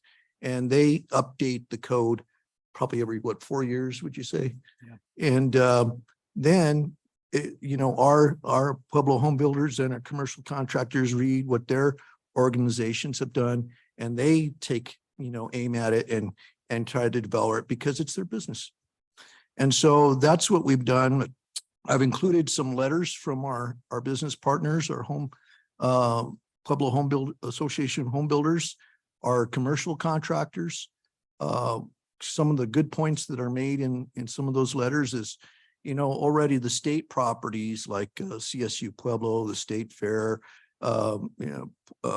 Pueblo State Patrol and Pueblo Community College are already on the 2021 code, and all of Colorado Springs is on the 21 code. So to have all those engineers and architects and subcontractors and general contractors on the same code makes a really good business model for all of us that are trying to get it right, and help Pueblo grow. So with your Dave, I mean, did you have anything else to add? Wanted to make it said pretty, a year and a half ago, I brought it to you and let you realize that we were going to try to make our code the same as Colorado Springs if possible. The whole idea here was to be able to work our contractors in Springs, their contractors in Pueblo, and allow us to be on the same, close to the same codes. They have a book of their own that goes beyond what we do. But beyond that, we'll be on the major codes that are identical. And what that's going to do is let all of these contractors work back and forth, and they get the benefit of Pueblo and we get the benefit of Colorado Springs for our people. And then we've pushed this into, it's going to be the same back, well, down here in Walsenburg's looking to do the same thing. Canyon City would, but they adopted the 18, so they can't right away. So they're going to wait one code cycle and then they'll join us also. So we're looking to have a whole region under the same kind of codes, which I think works better for the whole region. It keeps everybody on the same page, everybody moving well. And I think that as Larry knows, I brought it to their attention a long time ago that this is the way I was going to head. And I feel comfortable, and we've made some great relationships with Springs. They've already met Mark here, and we're in good shape there, and we can call them any day that we want to, and we get to run things by them that happens here by them also, and kind of get a good aspect of what a code should be and how hard we should enforce a piece of it or not. All of them things get to work together, works almost perfect to have them all on the same type of code. So I think it's a really good situation for us. And I'm here to help Mark get clear through these codes. I will be retiring soon, but I'm going to help him finish this code thing and give him a lot of my knowledge into the building department. So and I think he's done very well so far, and it will be a good transition. So we're hoping that you'll support us in all these codes. They're too hard to sit here and explain the books. Their books are this thick. But what we are doing is what everybody else is doing in the region, and that's what we want to do. We want to match. We don't want to be left behind. We don't want to say, oh, that's Pueblo. It's a great place, but they don't have any codes. We want to be the same as all of them. We want to match up to Springs and match up to our partners around us. So I believe that in my heart, that's where we should be. Great. Thank you, Mr. Vaughn and Mr. Guerrero. What questions are there from council? Counselor Grant. When does the code go into effect? We're trying to get this adopted by June 30th of this year. So you're the first step, then we need to go to the county after that. And we're kind of in a rush to do that because there's a more, I want to say punitive energy code that if we don't adopt this, that would be more costly to our home builders, and so the way they've described it to me is like, they'd rather go from this step to 21 than this step to the more, punitive code. So we're trying to get this adopted by June 30th is our deadline. Councilman Flores. Most of these changes really relate to the safety aspect of a home. And that's really what this is all focused on as they improve, the product. That your focus is really the safety of anyone occupying the building or occupying the residential home. And so it's really a safety issue as we start improving the construction. And I did read H.W. Houston too. In fact, Larry and I both attended the opening of East High School. Really impressive. Yes, isn't it nice? Impressive work. And I'm assuming that they didn't have to meet the 21, or they may just be doing that just because of the quality of work that they do. We have not adopted 21 yet. That's what Right, we're here right. for. So they were on the old 215 Right. code. But yeah, they're great partners. I reached out to Louis Nazario and also Vinny at Nunn because I've done work with them in the past and I wanted their opinion. And just like David mentioned, we wanted the opinions of our fellow chief building officials from Springs and Huerfano and Canyon City and even some of the private ones, because we wanted to have a collaborative and informative way to investigate whether it should be adopted or not. And all things point to exactly what you're saying. It helps us with the quality control when our contractors, our subcontractors, our engineers, our architects are all on the same page. That helps our building inspectors all talk the same language, if you will, instead of Pueblo being, talking 215 versus 221 type of thing. I just had one last thing. I wanted to wish you well, David. We've worked together for a long I time. appreciate you. I was in the There was insurance many business. Times that I sat down with you and Right. you always listened to me and it was a good conversation every time. How many years did you have with the city? 38 years here. 38 years. Well, you had a great career and, on behalf of not only the city council, but the citizens of this community, thank you for the good work that you did with not only yourself, but your staff. And I just want to wish you well and enjoy your retirement when that happens. It looks like it'll be around a little bit longer. Right. But anyway, I'm going to stay long enough to get this had to happen. We Okay. have to. Then we gotta make sure we're a good and stable building. well, department. thank you a lot We for the will be. service you provided to the city and to the county, obviously, and best of luck. Wanted to make one more mention while I got your ear. The grants and things that you get, that you apply for, you need to be on this 21 code to get a lot of them. The federal and the state grants have a lot to do with what energy code you're on and what code you're on. And if you lag way behind, you're not eligible. So you want to remember that it's also about money.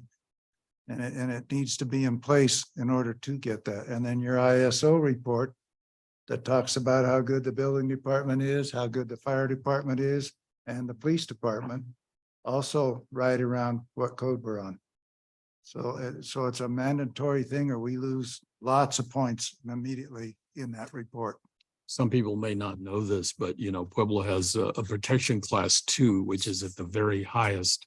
So that people, the citizens really benefit by improving these codes on their insurance rates. Correct. Because we have such a great fire department and you guys are on top of everything. And so you guys have benefited the community a lot through those codes and through our fire protection response. Thank you. Counselor Tensi. Yeah, We probably have to get on board and get it on one of the council meeting agendas, because it does have to be adopted by the city. So it's on for second reading next Monday and they'll be back Yeah. to present and answer any questions Yeah. at the hearing. I'm curious. So the city's about to be in the process of redoing our building codes. How will this adoption of the regional building codes interact or affect that process for our city building codes? So I think Pueblo Regional is independent of the city and the county. We're the building codes. So I'm not really sure the code you're referring. I think there might be zoning codes that you're referring to. But they work in concert with each other. So ours is more about mechanical and ADA accessibility and electrical and, the sticks and bricks, if you will, of it. And I'm not really understanding maybe what code you're referring to. I believe it's our zoning building codes. So that's Mr. Jagger? complementary to the building code. So that's a zoning code. Total opposite of what ours Yeah. says. Ours is all about the building. and We're building. vertical, they're horizontal. I guess my question is, Are they going to interact? Yes.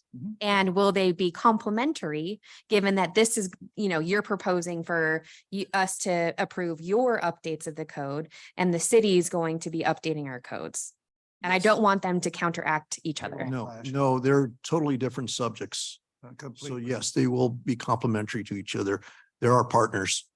And for the existing developments that are not ready, that have probably already done plans, but they will not be ready to go by June 30th. If we adopt these new codes, do they have to rewrite their whole plan, or how is that going to work? We've actually had quite a number of people, in Zoom meetings and in person.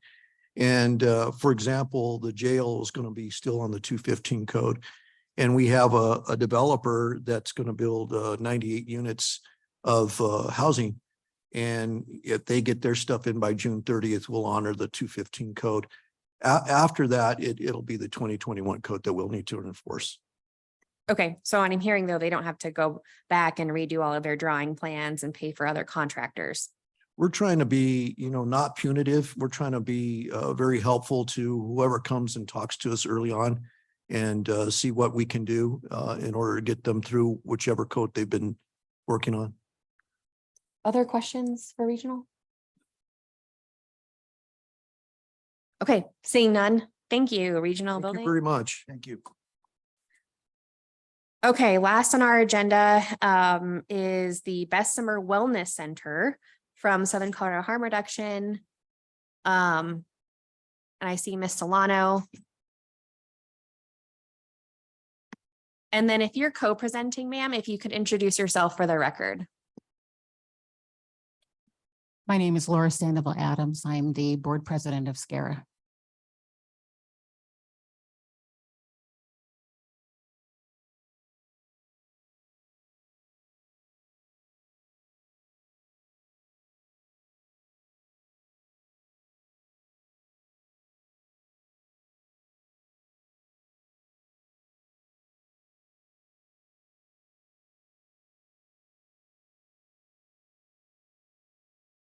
Evening, counselors. I'm Jude Solano, the CEO. Excuse me, am I on?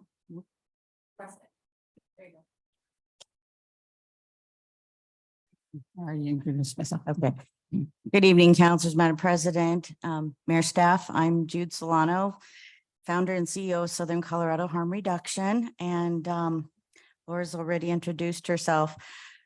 This shouldn't take too long.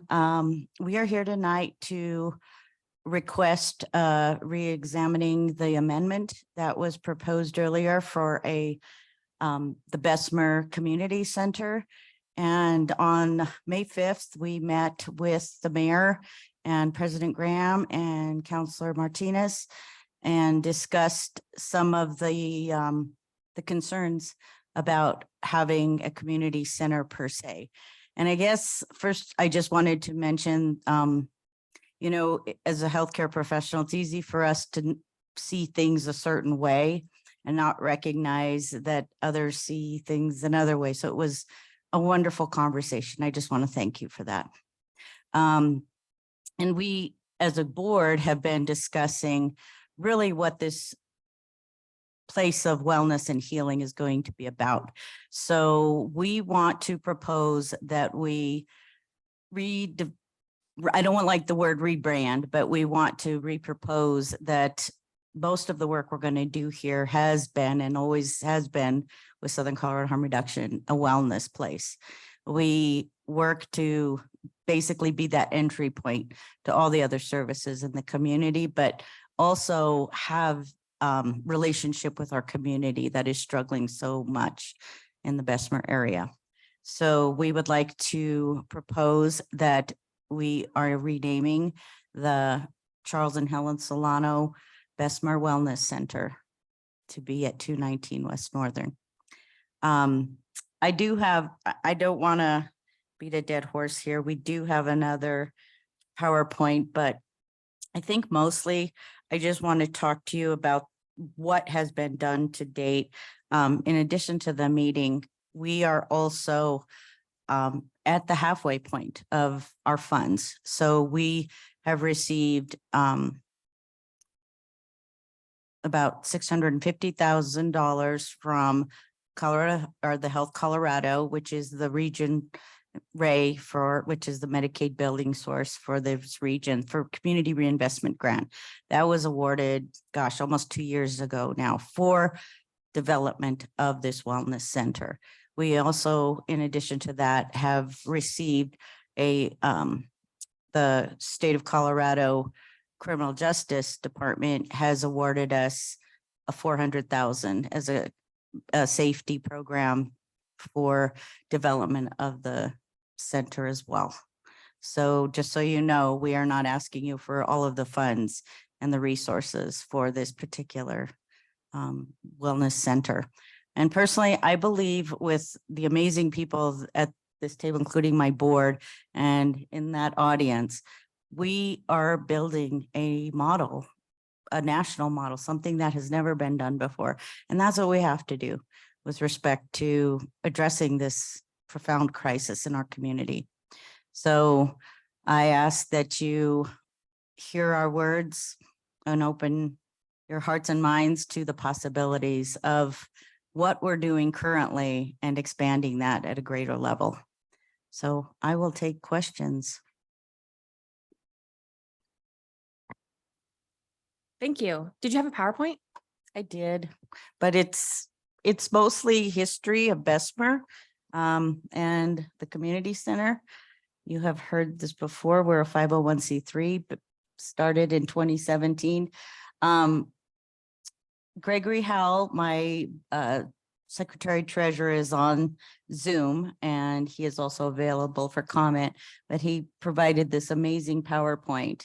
And just kind of a reminder that I am a steel mill baby. So I remember this Bessemer area. That is my mom and dad on their wedding day.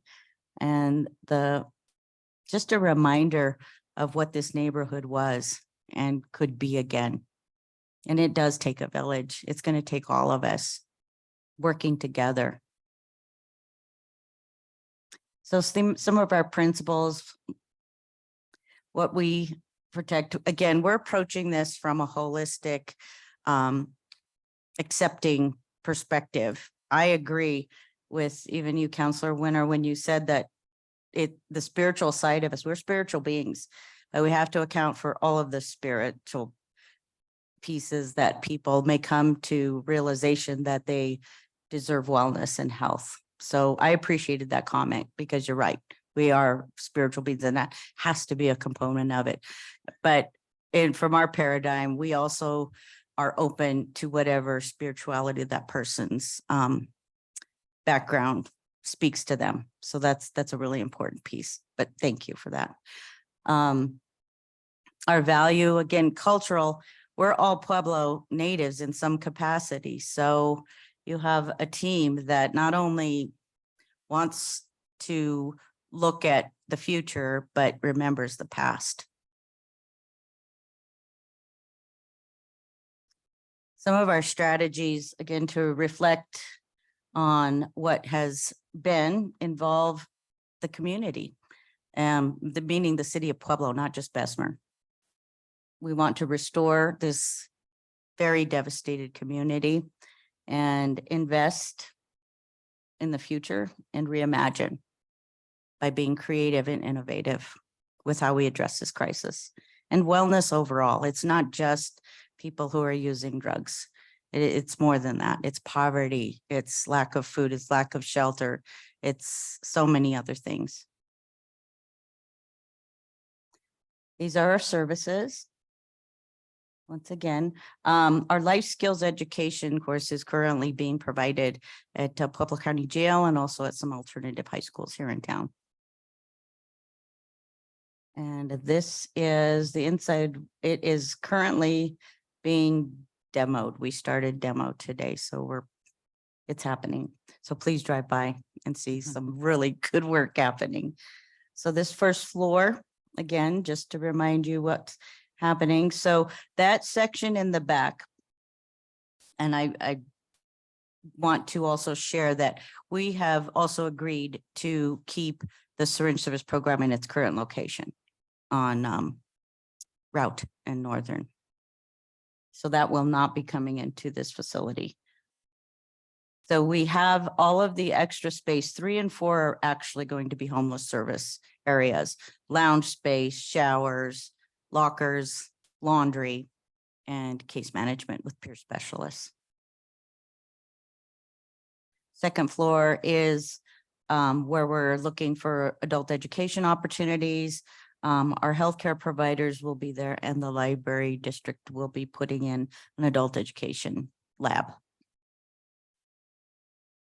Okay, thank you. Any questions? Yeah, thank you, Laura, and thank you, Jude, for that presentation. And for explaining, I think, a little bit of the differences between this proposal and the original proposal. What questions are there from council?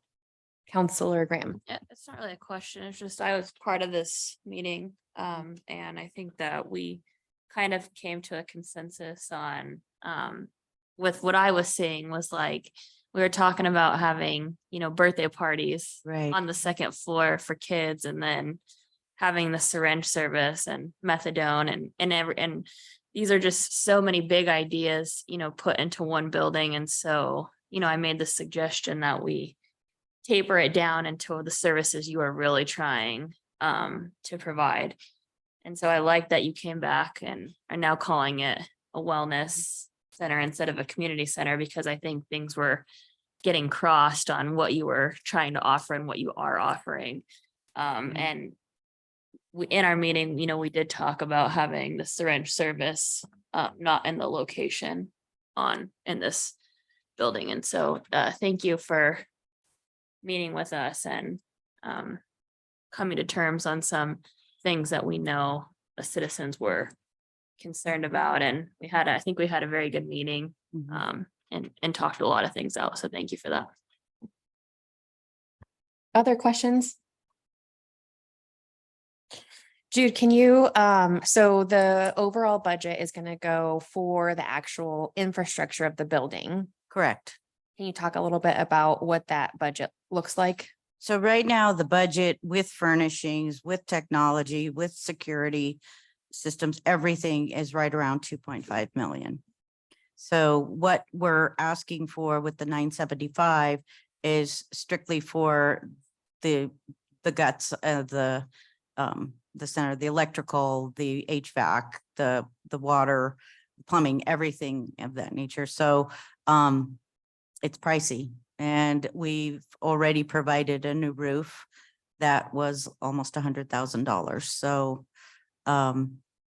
yeah, that's really what the funds are going to. I do have a budget.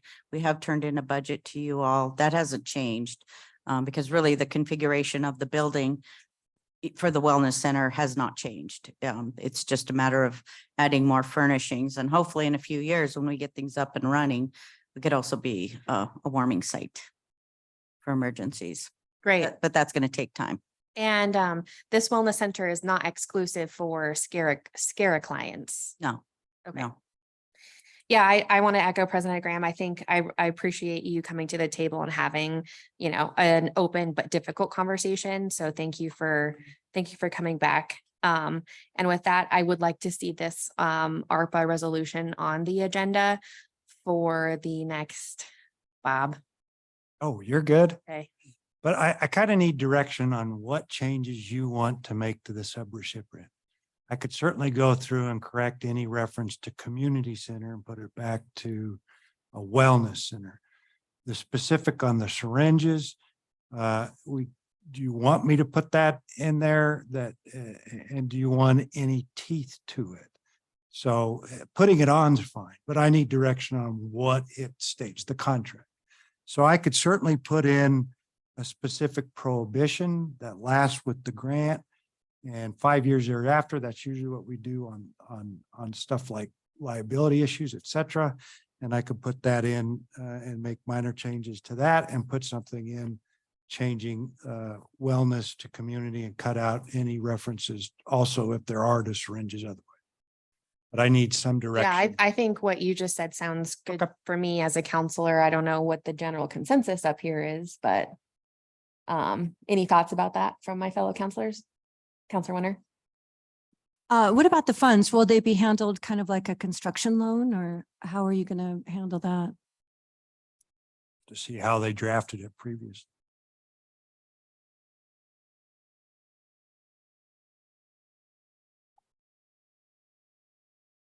However, it was drafted previously, this was not a concept I was going to change unless you want me to. Madam Chair, they were drafted originally as a reimbursement. So a drawdown after the expense was incurred and then a request for reimbursement from ARPA at that time. Can we make sure that they Nothing have, upfront. can we make sure that those permits are closed before they're refunded? So we don't run into things like we did with Thar. We'll both have to reread that because I think it's silent with respect to the permits. It just references the drawdown once the expense has been incurred. So I'm not comfortable without going back. Right. So if they finish the electrical, there should be, a final on the electrical before they're given money back.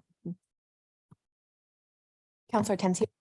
Yeah, Mr. Jagger, I think the deal points that came out of the meeting that you had with Jude and everybody, they came to a resolution as to what was acceptable. So I think those deal points should be in the contract, and that would be acceptable, don't you think? Yeah.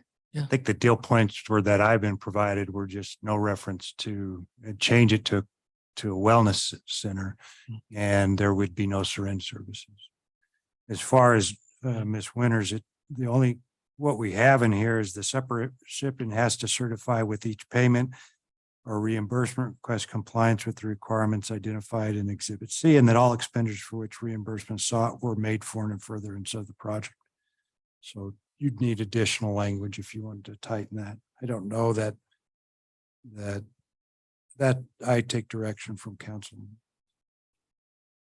Counselor Warner, do you have a particular way that you'd like to see it? Okay. The city has run into this before as at a $2 million where there weren't any finals on anything that we paid off. So I just want to make sure that the final is done before there's a payoff.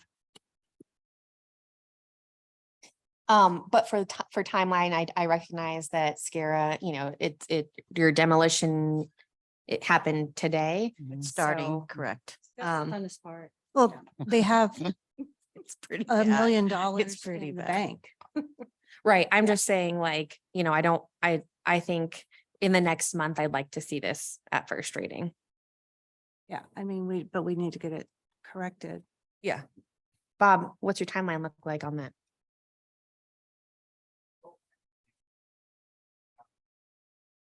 I can get those changes. I'm trying to deal with adding in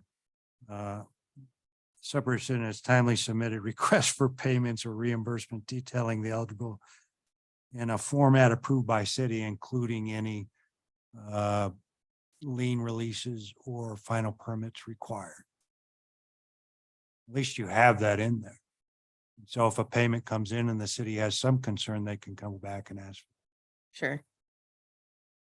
Other than those changes and the two I discussed, that I can get those out. June 5th for first reading? Oh, yeah, that's easy. Great. So that conversation, what I heard is that there's going to be some changes to the subrecipient award for SCARA. But it would be the same total amount for 975 first reading June 12th. After that, it would be 2 weeks after June 12th, which would be June 26th, which would be the final reading in the vote. Awesome. Okay. All right. Other questions or comments? Seeing none, thank you so much, SCARA, Thank for you. that update. Thank you very much. And then if there's no other business for the good of the order, I'd like to conclude this work session at 7:40.